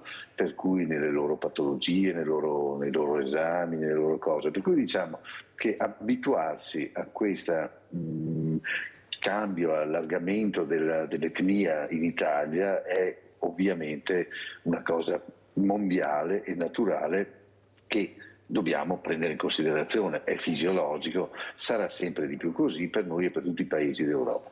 È chiaro che l'immigrazione, specialmente quella clandestina e l'immigrazione con problematiche grosse, purtroppo capisco quello che diceva prima il sindaco, non è un problema che possiamo risolvere noi, non è un problema che può risolvere il sindaco, probabilmente non è neanche un problema che può risolvere il governo italiano. Bisogna prendere per mano, sinceramente non saprei come, ma prendere per mano in maniera almeno europea, se non mondiale, ma almeno europea, con dei progetti, con qualcuno che abbia la genialità di trovare una soluzione a quello che è un problema veramente molto molto serio. Abbiamo Silvano da Padova, Presidente, se no mi cade la linea, mi scusi, ma purtroppo è così, se no cade la linea. Vai Silvano. Buongiorno dottoressa Mirella, buongiorno ai suoi ospiti. Buongiorno. Buongiorno. Ieri sera ho sentito che è stato qui è il dottor Mancini, stamattina Mancini ha parlato che devono ancora vaccinare a costo di andare a vaccinare casa per casa. Io gli auguro che non fanno queste cose, perché se le fanno scoppierà una rivoluzione, perché io ho fatto i 3 vaccini, mia moglie lo stesso, siamo a terra, ma a terra. Non siamo più capaci di rialzarsi. Io ho prurito dappertutto, ho male dappertutto, le gambe, le ginocchia. Gli auguro di questo di cambiare il tono del parlare, perché se viene a vaccinare per le famiglie. Va bene, la ringrazio dottoressa, grazie. Abbiamo sentito Silvano da Padova, penso che il Presidente se vuole dare una risposta o commentare questa telefonata, perché inizieranno queste telefonate e dovremo veramente ascoltare e capire come fare il nostro meglio, il dovere, diciamo. Prego. Sì, no, al signor Silvano vorrei assolutamente rispondere tranquillizzando che anche a livello nazionale, anche con i nostri contatti che ho con Roma, con il Ministero della Salute, assolutamente non è prevista nessuna campagna di vaccinazione paragonabile a quelle che sono state fatte negli ultimi 2 anni, nel senso che difficilmente si arriverà a una vaccinazione obbligatoria se non, ripeto, in quei casi dove la mortalità può essere estremamente alta. Ritorno a dire, alle persone fragili, alle persone gravemente ammalate, alle persone che possono veramente Però rischiare. diciamo anche l'importanza dell'antinfluenzale, dottore, perché anche questo è molto importante. Bravissima, l'antinfluenzale, che in ogni caso sarà il caso di abbinare anche all'eventuale vaccinazione contro il Covid, la vaccinazione antinfluenzale è fondamentale. Oggi come oggi l'influenza è assolutamente paragonabile al Covid. Per le problematiche che può dare nei pazienti fragili anche una semplice influenza può risultare mortale. Per cui togliamo qualsiasi dubbio, facciamo assolutamente la vaccinazione antinfluenzale, che è strasicura, stratestata e assolutamente nella quale si conosce tutto ormai, qualsiasi aspetto. Sulla vaccinazione anti-Covid affidiamoci ai tecnici del Ministero della Salute, però mi sento già di dire con sicurezza che è esclusa qualsiasi vaccinazione obbligatoria paragonabile a quelle che abbiamo fatto tutti negli anni passati. Non sarà così, perché resterà la discrezione veramente al singolo di poter fare o non fare la vaccinazione, che dopo siano stati prenotati, mi pare, una 30 di milioni di vaccini sui 60 milioni previsti, sono stati presi 30 in forma precauzionale, in quanto se dovesse partire l'epidemia in maniera violenta, allora sicuramente ai primi decessi e alle prime problematiche come 2 anni fa lo Stato deve intervenire per evitare una generalizzazione della morte, che è impensabile. Con l'esperienza e con i farmaci che abbiamo oggi difficilmente si tornerà, assolutamente non si tornerà a 1 anno o a 2 anni. Grazie Presidente, molto chiare le parole che tranquillizzano anche, non siamo più con le spalle al muro, ma ci siamo nel pezzo e possiamo curarci, e questo è un ottimo messaggio. Abbiamo Giusy, ciao Giusy. Ciao Mirella, e salutiamo io e Alfonso il nostro sindaco Renzo Cararetto. Ciao. Ciao. Allora, niente, volevo dire una cosa. Allora, questi prefetti che abbiamo in tutte le regioni caricano tutto sui sindaci, che dovrebbero loro a pensare con questa Europa di prendere le decisioni giuste, perché l'Europa ci dice intanto accoglieteli voi alla fine dell'Europa, che siamo noi giù in Bassa Italia, e poi noi veniamo a prenderli. Più visti, non abbiamo visto nessuno. Allora noi dobbiamo, voi chi chi è di andare in Europa a battere i pugni veramente, che deve muoversi, non mandarceli tutti qui a noi. Lo so che ce ne sono dappertutto le nazioni di questi profughi, però come qui da noi ci stanno soffocando perché non abbiamo posto e i sindaci diventano matti. E allora dico anche questo, che i soldi che prendono al mese questi parlamentari romani dovrebbero dare ai sindaci questi soldi che prendono, questi 15-20 mila euro, perché loro lì a Roma non decidono niente, da anni, li abbiamo votati tutti. Vi saluto. Grazie Giusy, io vorrei anche capire però, Sindaco Cararetto, dove vanno a finire i soldi che dà l'Europa all'Italia per queste... No, perché qui si parla, sì, ma ci pagano anche per fare questo. Io vorrei capire se questi soldi che arrivano dall'Europa fossero distribuiti ai sindaci, forse l'accoglienza diffusa sarebbe più normale. Il problema è che l'Europa paga, perché dice che non ha altri mezzi al momento, noi prendiamo i soldi, però se qualcuno ci spiegasse quanti soldi ci ha dato l'Europa, come sono stati impiegati, forse la trasparenza non sarebbe male anche da parte dei governi. Prego Sindaco Cararetto, visto che voi i soldi non arrivano mai.